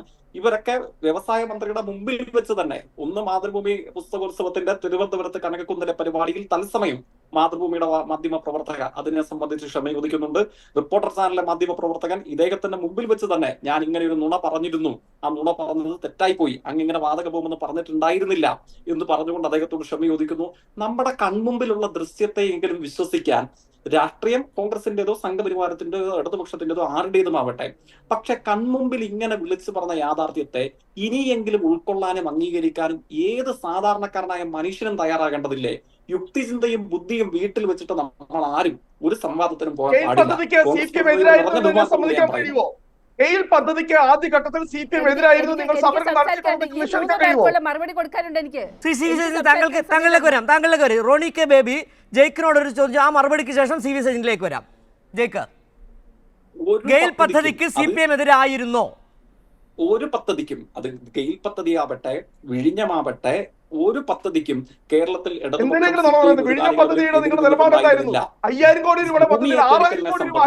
നിർബന്ധിത കുടിയൊഴിപ്പിക്കലിനെ സംബന്ധിച്ച് ചോദ്യം ഞാൻ പറയട്ടെ, കുടിയൊഴിപ്പിക്കലിനെ സംബന്ധിച്ച്, നിർബന്ധിത ഏറ്റെടുക്കലിനെ സംബന്ധിച്ച്, ജനങ്ങളോടുള്ള ജനാധിപത്യ വിരുദ്ധമായ പോലീസിന്റെ പെരുമാറ്റത്തെ സംബന്ധിച്ച് പ്രശ്നങ്ങൾ ഉയർന്നു വന്നപ്പോൾ, ഡിസ്പ്യൂട്ട് ഉയർന്നു വന്നപ്പോൾ കേരളത്തിലെ ഇടതുപക്ഷം ജനങ്ങളുടെ ആശങ്ക പരിഹരിച്ചുകൊണ്ട് പദ്ധതി നടപ്പിലാക്കണമെന്ന മുദ്രാവാക്യം സ്വീകരിച്ചിട്ടുണ്ട്. വാതക ബോംബെന്നോ ഇത്തരത്തിലുള്ള നട്ടാൽ മുളയ്ക്കാത്ത 1000 തവണ പറഞ്ഞ് ദ്രവിച്ചു പോയ നുണകളൊന്നും കേരളത്തിലെ ഇടതുപക്ഷമോ അതിന്റെ പ്രതിനിധികളോ ഉന്നയിച്ചിട്ടുള്ളതല്ല. അത് ഉന്നയിച്ച മാധ്യമ പ്രവർത്തകർ തന്നെ ഈ ബഹുമാനിയായ വ്യവസായ മന്ത്രിയോട് മാപ്പ് ചോദിക്കുകയും ഖേദം പ്രകടിപ്പിക്കുകയും ചെയ്തിട്ടുണ്ട്. കോൺഗ്രസ് നേതാവ് വൈകിയെങ്കിലും, ഒരു അല്പ വർഷങ്ങൾക്ക് പുറകിലാണ് അങ്ങ് ചിന്തിക്കുന്നതെങ്കിലും അത് തിരുത്താൻ അങ്ങ് തയ്യാറായാൽ അങ്ങ് അല്പം കൂടെ മെച്ചപ്പെട്ട മനുഷ്യനായി തീരുമെന്നുള്ളതാണ് എനിക്ക് എനിക്ക് തോന്നുന്നു. രാജീവ് പറഞ്ഞത്, പി രാജീവ് വന്ന് പറഞ്ഞത് മാതൃഭൂമിയുടെ ഫെസ്റ്റിവൽ ആയിരുന്നു എന്ന് തോന്നുന്നു. ഈ അവിടുത്തെ അവതാരക ചോദിക്കുന്നതിന് കൃത്യമായി മറുപടി പറയുകയും ചെയ്തു. ഏതായാലും CV സജിനി രണ്ടുപേരോടും ചോദ്യങ്ങൾ ചോദിക്കാനുണ്ടെന്നാണ് പറയുന്നത്. പക്ഷേ CV സജിനി, അതിനു മുമ്പ് എനിക്ക് താങ്കളോടൊരു ചോദ്യമുണ്ട്. ഈ കരാർ കമ്പനിയുമായി ബന്ധപ്പെട്ട് കരാർ കമ്പനിയെ നിലവിൽ ഈ കോടതിയിലടക്കം പറഞ്ഞപ്പോൾ ഇത് ഈ പദപ്രയോഗത്തിലടക്കം ഡീബാർ ചെയ്തോ വിലക്കേർപ്പെടുത്തിയോ, അത് അങ്ങനെ എന്തോ പദപ്രയോഗത്തിൻ്റെ പ്രശ്നമുണ്ട്. ഇവരെ വിലക്കി എന്ന് കൃത്യമായി പറയാൻ പോലും കഴിയാത്തൊരു സാഹചര്യം ഈ NHAIക്ക് കേന്ദ്രത്തിന് കോടതിയിൽ അങ്ങനെ ഒരു നിലപാട് സ്വീകരിക്കേണ്ടി വന്നിട്ടുണ്ടെന്ന് തോന്നുന്നു. ഇല്ല, അങ്ങനെയല്ലല്ലോ. അത് ബഹുമാനായ മന്ത്രി ശ്രീ നിതിൻ ഗഡ്കരിജി അത് കൃത്യമായി പറഞ്ഞിട്ടുണ്ടല്ലോ. ഈ കമ്പനികളെ ഡീബാർ ചെയ്ത കാര്യവും അത് ബന്ധപ്പെട്ട 2 ഉദ്യോഗസ്ഥരെ സസ്പെൻഡ് ചെയ്ത കാര്യവും അതിൽ കൃത്യമായ റിപ്പോർട്ടുകൾ ആവശ്യപ്പെട്ടിട്ടുണ്ട്. കൃത്യമായ അന്വേഷണം നടക്കുമെന്നുള്ള കാര്യം അദ്ദേഹം അത് കൃത്യമായി പറഞ്ഞല്ലോ. അദ്ദേഹം ചങ്കൂറ്റത്തോടെ ആ ഉത്തരവാദിത്വം അദ്ദേഹം ഏറ്റെടുത്തല്ലോ. അതാണ് അന്തസ്സ്. അതായത് ഈ നാഷണൽ ഹൈവേ കാര്യത്തിൽ അതിൻ്റെ കൺസ്ട്രക്ഷൻ്റെ കാര്യത്തിൽ എന്തെങ്കിലുമൊക്കെ അപാകതകൾ സംഭവിച്ചിട്ടുണ്ടെങ്കിൽ അതിൻ്റെ ഉത്തരവാദിത്തം നാഷണൽ ഹൈവേക്ക് മാത്രമല്ല. ഈ നാഷണൽ ഹൈവേ പണിയുന്നത് കേരള സംസ്ഥാനത്തിലൂടെയാണല്ലോ. ഈ സ്ഥലം ഏറ്റെടുത്ത് സ്ഥലമല്ല സർക്കാരാണല്ലോ. അതിനകത്ത് DPR തയ്യാറാക്കുന്നത് ആരാണ്? സംസ്ഥാനത്തിലൂടെ DPR തയ്യാറാക്കുന്ന ആരാണ്? NHAയുടെ റോൾ എന്താണ്? കരാർ കമ്പനി എങ്ങനെയാണ് ഇവിടെ? അല്ല, അതിനെങ്ങനെയാണ് സംസ്ഥാന സർക്കാരിന്റെ ജോലി വരുന്നത്? NHAക്ക് തന്നെയാണ്. NHAയുടെ 2 ഉദ്യോഗസ്ഥരെ സസ്പെൻഡ് ചെയ്തത് എന്തിനാണ്? കരാർ കമ്പനിയെ കരിമ്പട്ടികയിൽപ്പെടുത്തിയത് സംസ്ഥാന സർക്കാരാണോ? കരിമ്പട്ടികയിൽപ്പെടുത്തിയത് കേന്ദ്ര സർക്കാരല്ലേ? അവിടെ എവിടെയാണ് സംസ്ഥാന സർക്കാരിന്റെ റോള്? അല്ല, അങ്ങനെ എന്തെങ്കിലും അപാകതകൾ വന്നിട്ടുണ്ടെങ്കിൽ കേന്ദ്ര സർക്കാർ തീർച്ചയായിട്ടും അത് അന്വേഷിക്കുകയും നടപടി സ്വീകരിക്കുകയും ഇവിടെ നാഷണൽ ഹൈവേ മുൻപോട്ട് ചെയ്യുക തന്നെ ചെയ്യും. DPRന്റെ കാര്യത്തിൽ ഇവിടെ സംസ്ഥാന സർക്കാർ കൃത്യമായിട്ട് ഇടപെട്ടിട്ടുണ്ട് ചില കാര്യങ്ങൾ. പക്ഷെ അത് ഒരു ശരിയായ രീതിയിലായിരുന്നില്ല. ഉദാഹരണം പറയാം, ഇവിടെ നമ്മുടെ ജേക്ക് പറഞ്ഞല്ലോ, കീഴാറ്റൂരിലെ വയൽക്കിളിയെ കുറിച്ച് പറഞ്ഞല്ലോ. അവിടെ ഈ തളിപ്പറമ്പിൽ ഇപ്പൊ സംഭവിച്ചത് അതൊക്കെ കൊണ്ട് തന്നെയാണ്. തളിപ്പറമ്പിൽ DPR 1 ഉണ്ടായിരുന്നു, അത് നടന്നില്ല. DPR 2 ഉണ്ടായിരുന്നു, അത് നടന്നില്ല. ഈ DPR 3യിലാണ് ഈ കീഴാറ്റൂർ വയലിലൂടെ പോയി ആ മലയുടെ മുകളിലേക്ക് എത്തിക്കുന്ന രീതിയിലേക്ക് വന്നത്. പക്ഷെ DPR 4 വെച്ചിരുന്നു, അതെന്തുകൊണ്ട് നടപ്പാക്കിയില്ല? DPR 4 മലയുടെ ഇടയിലൂടെ പോയി അതൊരു നദിക്ക് ഒരു പാലം വിട്ടുകൊണ്ട് മുൻപോട്ട് പോകുമായിരുന്നെങ്കിൽ ഇത്രയും പ്രശ്നങ്ങൾ ഉണ്ടാവുമായിരുന്നില്ലല്ലോ. ഇതാരാണ് ചെയ്യേണ്ടത്? അവിടെ വയഡക്ട്, താങ്കൾ ഉദ്ദേശിച്ച പാലം എന്ന് പറഞ്ഞാൽ വയഡക്റ്റ് ആണ്. ആ വയഡക്റ്റ് കെട്ടേണ്ടത് ആരാണ് കെട്ടേണ്ടിയിരുന്നത്? ആരാണ് നിർദ്ദേശം കൊടുക്കേണ്ടിയിരുന്നത്? അല്ല, ആ കാര്യത്തിൽ ഈ സംസ്ഥാന സർക്കാരിന്റെ വലിയൊരു സമ്മർദ്ദം ഉണ്ടായിട്ടുണ്ട്. എന്തുകൊണ്ടാണ് ഞാൻ പറയട്ടെ, ഈ കേരള സംസ്ഥാനത്തിലൂടെ ഇതുപോലെ ഒരു ഹൈവേ കടന്നു പോകുമ്പോൾ താങ്കൾ പറഞ്ഞത് സമ്മർദ്ദം എന്ന് പറഞ്ഞാൽ സംസ്ഥാന സർക്കാർ പറഞ്ഞോ വയഡക്റ്റ് കെട്ടണ്ടെന്ന്? സംസ്ഥാന സർക്കാർ പറഞ്ഞോ ഇവിടെ ഇങ്ങനെ പോയാൽ മതിയെന്ന്? അല്ല, യെസ്, അതുകൊണ്ടാണല്ലോ. അല്ല, അത് അന്വേഷിക്കട്ടെ, എന്തുകൊണ്ടാണ് ആ DPR നടപ്പിലാക്കപ്പെടാതിരുന്നതെന്ന് അന്വേഷിക്കട്ടെ. അതുപോലെ തന്നെയാണല്ലോ തിരുവനന്തപുരത്ത് ഇപ്പൊ വന്നിട്ടുണ്ടല്ലോ, KNR നിശ്ചയിച്ച ആ കഴക്കൂട്ടം കാരോട് ആ റോഡില് ഇഞ്ചക്കൽ ജംഗ്ഷനിൽ ഒരു വെഹിക്കിൾ അണ്ടർപാസ് ആയിരുന്നു NHA പറഞ്ഞിരുന്നത്. പക്ഷേ അത് മന്ത്രിയുടെയൊക്കെ നിർബന്ധം കൊണ്ട് തന്നെയാണല്ലോ അവിടെ വേറൊരു സിഗ്നൽ ജംഗ്ഷനാക്കി മാറ്റിയത്. അപ്പൊ ഇത്തരം പലയിടത്തും നടപ്പിലാക്കപ്പെട്ടിട്ടുണ്ട്. ഇത് ഈ സിൽവർ ലൈൻ നിങ്ങൾ അന്വേഷിക്കൂ ഏത് മന്ത്രിയാണെന്ന്. ഈ സിൽവർ ലൈൻ വന്ന സമയത്തും ഇത്തരത്തിലുള്ള വലിയ ആരോപണങ്ങൾ ഉണ്ടായിരുന്നു. ഈ ചിലരുടെ വീടുകൾ, ചിലരുടെയൊക്കെ പ്രോപ്പർട്ടികളൊക്കെ സംരക്ഷിക്കാൻ വേണ്ടിയിട്ട് ഈ അവിടെ DPR മാറ്റിയെന്ന് സിൽവർ ലൈനുമായി ബന്ധപ്പെട്ട് സമരം ചെയ്ത കാലത്ത് സമരാർത്ഥികൾ പറയുന്നുണ്ടായിരുന്നു. അപ്പോൾ അത്തരത്തിലുള്ള ചില ഇടപെടൽ ഉണ്ടായിട്ടുണ്ട്. NHന്റെ കാര്യത്തിൽ അപാകതകൾ ഉണ്ടായിട്ടുണ്ടെങ്കിൽ തീർച്ചയായിട്ടും നാഷണൽ ഹൈവേ അതോറിറ്റിയുടെ ഉത്തരവാദിത്തത്തിൽ നിന്ന് ഒരിക്കലും പിന്മാറുന്നില്ല. പക്ഷെ അതുപോലെ തന്നെ സംസ്ഥാന നേതൃത്വത്തിൽ, സംസ്ഥാന സർക്കാരിനും അതിൽ വലിയൊരു റോളുണ്ട്. അവിടെ പോയിട്ട് റീൽ എടുക്കുക മാത്രമായിരുന്നില്ല ചെയ്യേണ്ടത്. ഇത്തരം കാര്യങ്ങൾ വേണ്ട ഉപദേശങ്ങൾ കൊടുക്കുക തന്നെ.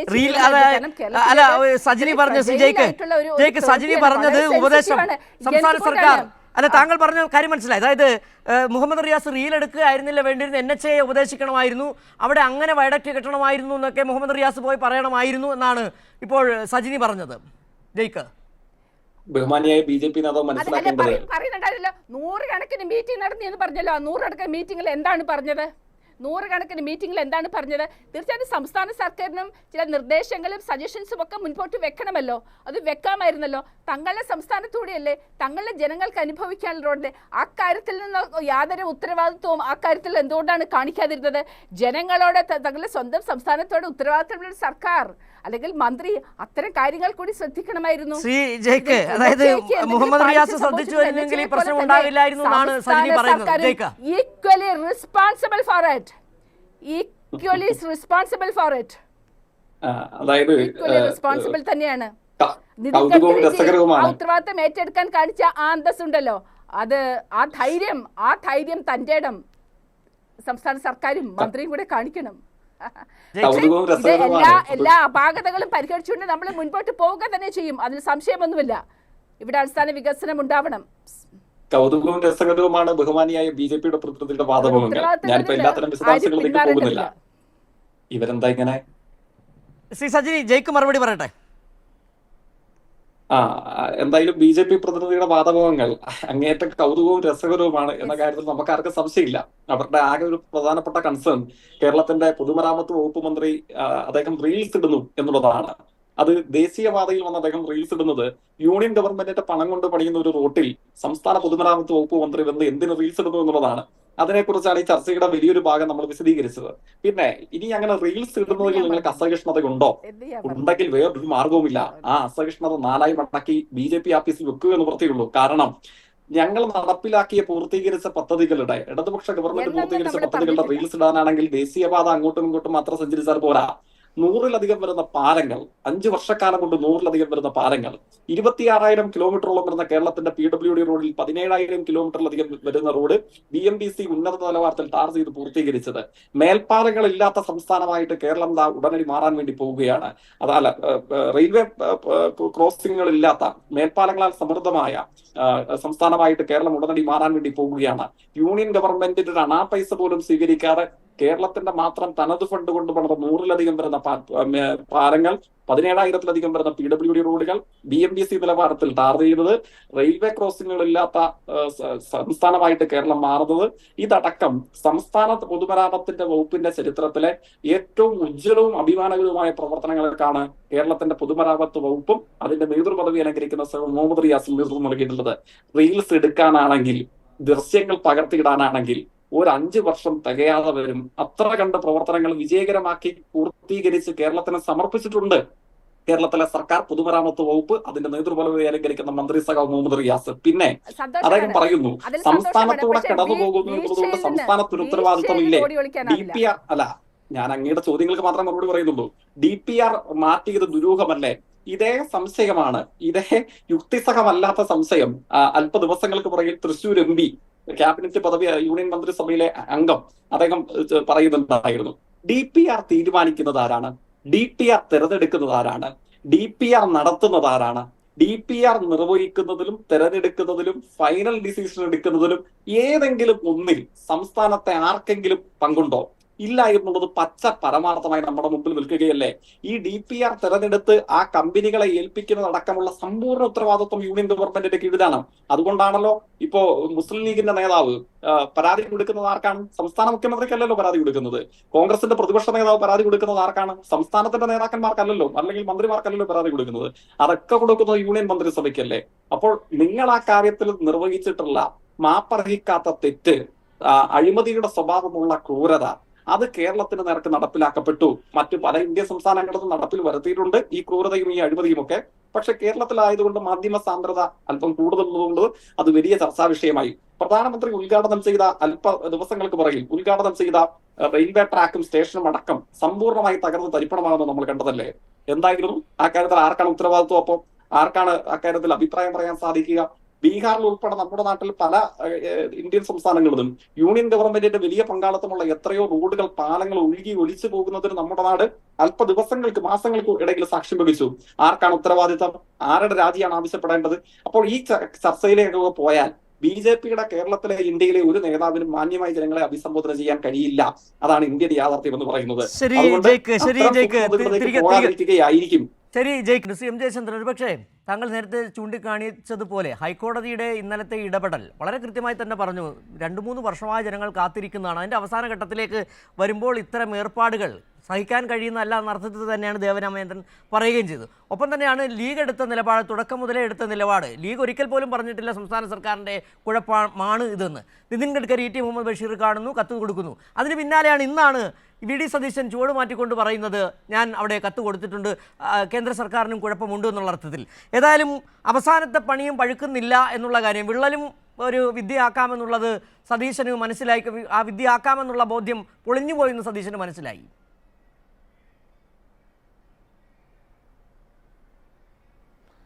അതെ അതെ അതെ സിജു, ഈ മഹാരാഷ്ട്രയിലെ പൻവേൽ മുതൽ തമിഴ്നാട്ടിലെ കന്യാകുമാരി വരെ നീളുന്ന പാതയാണ് ഈ NH66, പഴയ NH17. അതിൻ്റെ കേരളത്തിലെ DPR മാത്രം, കേട്ടോ, ആവർത്തിച്ച് അടിവരയിട്ട് നമ്മൾ ശ്രദ്ധിക്കേണ്ട കാര്യമാണ്. BJP പ്രതിനിധി പറഞ്ഞുകൊണ്ടാണ് ഞാനിത് എടുത്തു പറയുന്നത്. അത് കേരളത്തിലെ DPR മാത്രം നമ്മുടെ ഉത്തരവാദിത്വമാണ്. ആരുടെ? സംസ്ഥാന സർക്കാരിൻ്റെയും കേരളത്തിലെ ജനങ്ങളുടെ ഉത്തരവാദിത്വമാണ്. പക്ഷേ നമ്മൾ മനസ്സിലാക്കിയിട്ടുള്ളത് നാഷണൽ ഹൈവേ അതോറിറ്റി ഓഫ് ഇന്ത്യയുടെയാണ് ഈ പ്രോജക്റ്റ്. DPR ഒക്കെ അവർ തന്നെയാണ് തയ്യാറാക്കുന്നത്. കേരളത്തിൽ ഭൂമി ഏറ്റെടുത്ത് കൊടുത്ത ഉടനെ അത് DPR NHAI തയ്യാറാക്കി. അത് 1, 2, 3 ഒക്കെ പറയുന്ന ആരാണ്? സുരേഷ് ഗോപിയാണ് പറയുന്നത്. അദ്ദേഹം അന്വേഷിക്കട്ടെ. പിന്നെ നിതിൻ ഗഡ്കരി 3 പ്രാവശ്യം ഇവിടെയും 1 പ്രാവശ്യം ന്യൂഡൽഹിയിലും വെച്ച് ഇതുമായി ബന്ധപ്പെട്ട് കേരള സർക്കാരിൻ്റെ പ്രവർത്തനങ്ങളെ, പ്രത്യേകിച്ച് മുഖ്യമന്ത്രി എടുത്തിട്ടുള്ള ഇനിഷ്യേറ്റീവിനെ പരസ്യമായി തന്നെ അഭിനന്ദിക്കുന്നതും പിന്നെ കേരളം കണ്ടതാണ്, നമ്മൾ മനസ്സിലാക്കിയതാണ്. എന്നിട്ടാണ് DPRൻ്റെ കാര്യത്തിൽ നമുക്കെന്തോ ഇടപാടുണ്ടെന്ന് പറയുന്നത്. ഞാൻ അത്രേ പറയുന്നത് അതിനെപ്പറ്റി. മറ്റൊരു കാര്യം, 2016 ഫെബ്രുവരിയിൽ ഒരു PRD, നമ്മുടെ PRDയിൽ നിന്നൊരു പുസ്തകം ഇറങ്ങി. അന്ന് മുഖ്യമന്ത്രി ഉമ്മൻചാണ്ടിയാണ്. ഉമ്മൻചാണ്ടിയുടെ 50 വർഷങ്ങൾ എന്നാണ് 495 പേജുള്ള പുസ്തകത്തിൻ്റെ പേരതാണ്.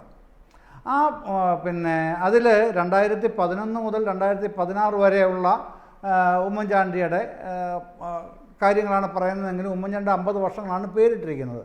അതിൽ Kodiyeri Balakrishnan, VS, S Sharma, G Sudhakaran ഇവരൊക്കെ ഈ പറയുന്ന റോണി കെ ബേബി ഇപ്പോൾ ഇവിടെ പറഞ്ഞ പദ്ധതികളെ പറ്റി വിശദമായി നിയമസഭയിൽ ചെയ്ത പ്രസംഗങ്ങൾ അതിൽ കാണാം. അതിലൊക്കെ മുഖ്യമന്ത്രി ഉമ്മൻചാണ്ടിയുടെ മറുപടിയും ഉണ്ട് കേട്ടോ. അതാണ് പ്രത്യേകത അതിൻ്റെ. ഉമ്മൻചാണ്ടിയാണല്ലോ അതിനകത്ത് ഫോക്കസ് ചെയ്തിരിക്കുന്നത്. അപ്പോൾ അതിലൊക്കെ എങ്ങനെയാണ് ഗവൺമെൻറ് തന്ത്രപരമായി ഈ പദ്ധതികളിൽ നിന്നൊക്കെ മാറി പോകുന്നത് എന്നുള്ളത് അച്ചടിച്ച് വെച്ചിരിക്കുകയാണ് ശ്രീ റോണി കെ ബേബി. നിഷേധിക്കാൻ കഴിയില്ല. അത് പിന്നെ LDF സർക്കാരോ CPM അച്ചടിച്ചതല്ല. PRD, മുഖ്യമന്ത്രി ഉമ്മൻചാണ്ടി മുഖ്യമന്ത്രിയായിരിക്കെ PRD അടിച്ച സാധനമാണ് ഉമ്മൻചാണ്ടിയുടെ 50 വർഷങ്ങൾ. അത് താങ്കൾക്കും PRD നിന്ന് അവൈൽ ചെയ്യാവുന്നതാണ്. പിന്നെ ഉണ്ടെങ്കിൽ ഇത് വാങ്ങിക്കാം. എൻ്റെ കയ്യിൽ അതിലുണ്ട്. താങ്കൾ ചോദിച്ചാൽ ഞാൻ തരാം. ഈ പ്രസക്ത ഭാഗങ്ങൾ തന്നെ തരാം. ഒരു പ്രശ്നവുമില്ല. അവിടെ പറയുന്നുണ്ട് ഈ പറയുന്ന നമ്മുടെ ഈ റോഡ് വികസനത്തിൻ്റെ തടസ്സങ്ങൾ, പ്രശ്നങ്ങൾ, ഗെയിലിൻ്റെ പ്രശ്നങ്ങൾ, കൊച്ചി ഇടമൺ ഹൈവേയുടെ പ്രശ്നങ്ങൾ, ഇതെന്തുകൊണ്ടാണ് തടസ്സപ്പെട്ട് നിൽക്കുന്നത്, അതിന് കോടിയേരി വിശദമായി ചർച്ച നടത്തുന്നത് ഒക്കെ അതിൽ വായിക്കാം. എന്നിട്ട് താങ്കൾ ഇങ്ങനെ പറയുന്നത് അങ്ങേയറ്റം ആ ഭാഗം കാണാത്തത് കൊണ്ടാണ്, അല്ലെ ചർച്ചകൾ ശ്രദ്ധിക്കാത്തത് കൊണ്ടാണ്. ഒരുപക്ഷെ ഇനി എനിക്ക് തോന്നുന്നു സമയപരിമിതി പോലെ ഞാൻ ഇടപെടുകയാണ് ശ്രീ ജയചന്ദ്രൻ. ഒരുപക്ഷെ അത്തരത്തിലുള്ള ആ പേജ് ഉൾപ്പെടെ റോണി കെ ബേബി വായിച്ചിട്ടുണ്ടാകണം, അല്ലെങ്കിൽ ഇനി വായിക്കുമെന്നാണ് മനസ്സിലാക്കിയത്. ഏതായാലും ചർച്ച ഇവിടെ അവസാനിപ്പിക്കേണ്ടി വരുന്ന സമയപരിമിതി കൊണ്ട് ഒരുപക്ഷെ ജയ്ക്ക് അവസാനമായി വളരെ ചുരുങ്ങിയ വാക്കുകളിലൂടെ ഒന്ന് പറഞ്ഞ് നമുക്ക് അവസാനിപ്പിക്കാം. അതായത് നിതിൻ ഗഡ്കരി ഒരിക്കൽ പറഞ്ഞതാണ്, കേരളത്തിൽ നിന്നുള്ള MPമാരോട് അടക്കമാണെന്ന് തോന്നുന്നു, പിണറായി അല്ല കേരളം ഭരിച്ചിരുന്നതെങ്കിൽ ഒരു കാലത്തും യാഥാർത്ഥ്യമാകുമായിരുന്നില്ല ദേശീയപാത വികസനം. അതുതന്നെയാണ് ഇപ്പോഴും അന്തരീക്ഷത്തിൽ മുഴങ്ങി നിൽക്കുന്നത്. അവിടെ ക്രെഡിറ്റ് ആരേറ്റെടുക്കണമെന്നുള്ള ആ ചോദ്യങ്ങൾ പോലും അപ്രസക്തമാവുകയല്ലേ? തീർച്ചയായിട്ടും ഞാനതിൽ ഇപ്പോൾ ഓർമ്മിപ്പിക്കാൻ ആഗ്രഹിക്കുന്ന ഒരു രംഗം, ഇപ്പൊ ദേശീയപാതയുടെ ദൈർഘ്യത്തെയും സംബന്ധിച്ചൊക്കെ ബഹുമാനീയരായ മാധ്യമ പ്രവർത്തകൻ ഇവിടെ പങ്കുവച്ചു. അതോടൊപ്പം നിർബന്ധമായും ഈ പദ്ധതിയുടെ പ്രാഥമിക അംഗീകാരം ലഭിച്ച നടത്തിപ്പിന്റെ ആദ്യ നാൾവഴികളിലേക്ക് നീങ്ങുന്ന സമയത്ത് ഈ കേന്ദ്ര ഉപരിതല ഗതാഗത വകുപ്പിന്റെ ചുമതലയുള്ള ശ്രീ നിതിൻ ഗഡ്കരിയുടെ പ്രതികരണം അന്നത്തെ മലയാള മനോരമയുടെ മുൻപേജിൽ അച്ചടിച്ച് പ്രസിദ്ധീകരിക്കപ്പെടുകയുണ്ടായി. അതായത് ഏറ്റവും കുറഞ്ഞത് 7 തവണ തുടർച്ചയായി തന്റെ ഓഫീസിൽ ഒരു സംസ്ഥാന മുഖ്യമന്ത്രി കയറി ഇറങ്ങേണ്ട വന്ന ഗതികേടിനെ കുറിച്ച് അദ്ദേഹം പൊട്ടിത്തെറിച്ച് തന്റെ സഹപ്രവർത്തകരായ ഉദ്യോഗസ്ഥരോട് പറഞ്ഞത് don't make me A Naxal എന്നുള്ളതാണ്. പഴയ കാലയളവിലെ ഒരു നക്സലൈറ്റ് അനുഭാവിയായിരുന്നു താൻ. ആ പഴയ കാലയളവിലേക്ക് തന്നെ നടത്തിക്കരുത്. ഒരു മുഖ്യമന്ത്രി സംസ്ഥാനത്ത് ഒരു ദേശീയപാതയുടെ അംഗീകാരത്തിനായി 7 തവണ തന്റെ ഓഫീസിൽ തുടർച്ചയായി കയറി ഇറങ്ങുന്നു എന്ന് പറയുന്നതിനെ തുടർന്നുള്ള അദ്ദേഹത്തിന്റെ പ്രതികരണമാണ്. ആർക്ക് ക്രെഡിറ്റ്? ഞാൻ ഈ ചർച്ചയുടെ തുടക്കത്തിൽ പറഞ്ഞിടത്ത് തന്നെ ഞാൻ അവസാനിപ്പിക്കുന്നു. ആർക്ക് ക്രെഡിറ്റ് എന്ന ചോദ്യത്തിന് കോൺഗ്രസിന്റെ ബഹുമാനിയനായ മുൻ മുഖ്യമന്ത്രി, BJPയുടെ മുൻ സംസ്ഥാന പ്രസിഡന്റ്, ഉപരിതല ഗതാഗത വകുപ്പിന്റെ ചുമതലയുള്ള സംഘപരിവാർ പ്രവർത്തകനായ നിതിൻ ഗഡ്കരി, ഈ 3 പേരുടെ പ്രതികരണങ്ങൾ മാത്രം നിങ്ങളെടുത്ത് പരിശോധിച്ചാൽ മതി. 15 ആണ്ടെടുത്താൽ സ്ഥലമേറ്റെടുപ്പ് പൂർത്തിയായില്ലെന്നും ഇത് നടപ്പിലാക്കിയാൽ നിശ്ചയദാർഢ്യമുള്ള ഭരണാധികാരിയായി പിണറായിയെ അംഗീകരിക്കേണ്ടി വരുമെന്നും ഈ ഒരു മുഖ്യമന്ത്രി 7 തവണ തുടർച്ചയായി തന്റെ ഓഫീസിൽ ഒരു ഫയലിന്റെ നീക്കത്തിന് വേണ്ടി കയറി ഇറങ്ങുന്നു എന്ന് ഉപരിതല ഗതാഗത വകുപ്പിന്റെ ചുമതലയുള്ള നിതിൻ ഗഡ്കരിയും ഒക്കെ പറഞ്ഞത് ഒരാളെ കുറിച്ചാണ്. കേരളത്തിന്റെ ബഹുമാനീയനായ മുഖ്യമന്ത്രി ശ്രീ പിണറായി വിജയനെ കുറിച്ചാണ്. കേരളത്തിലെ ഇടതുപക്ഷ ജനാധിപത്യ മുന്നണി മന്ത്രിസഭയെ കുറിച്ചാണ്. ശരി, വളരെ നന്ദി ശ്രീ ജയ്ക്ക്. ഏതായാലും സമയപരിമിതി മൂലം ഇടപെടുകയാണ്. ക്രെഡിറ്റ് ആർക്ക് എന്നുള്ള ചോദ്യം തന്നെയാണ് ഇവിടെ ഇങ്ങനെ നിൽക്കുന്നത്. അത് ആ ക്രെഡിറ്റ് ആർക്ക് നൽകണമെന്നുള്ളത് കേരള ജനത തീരുമാനിച്ച് കഴിയുകയും ചെയ്തിട്ടുണ്ട്. അത് ഒരുപക്ഷെ വരുന്ന തെരഞ്ഞെടുപ്പിലടക്കം പ്രതിഫലിക്കുകയും ചെയ്യും. വളരെ നന്ദി ഈ ചർച്ചയിൽ പങ്കെടുത്ത്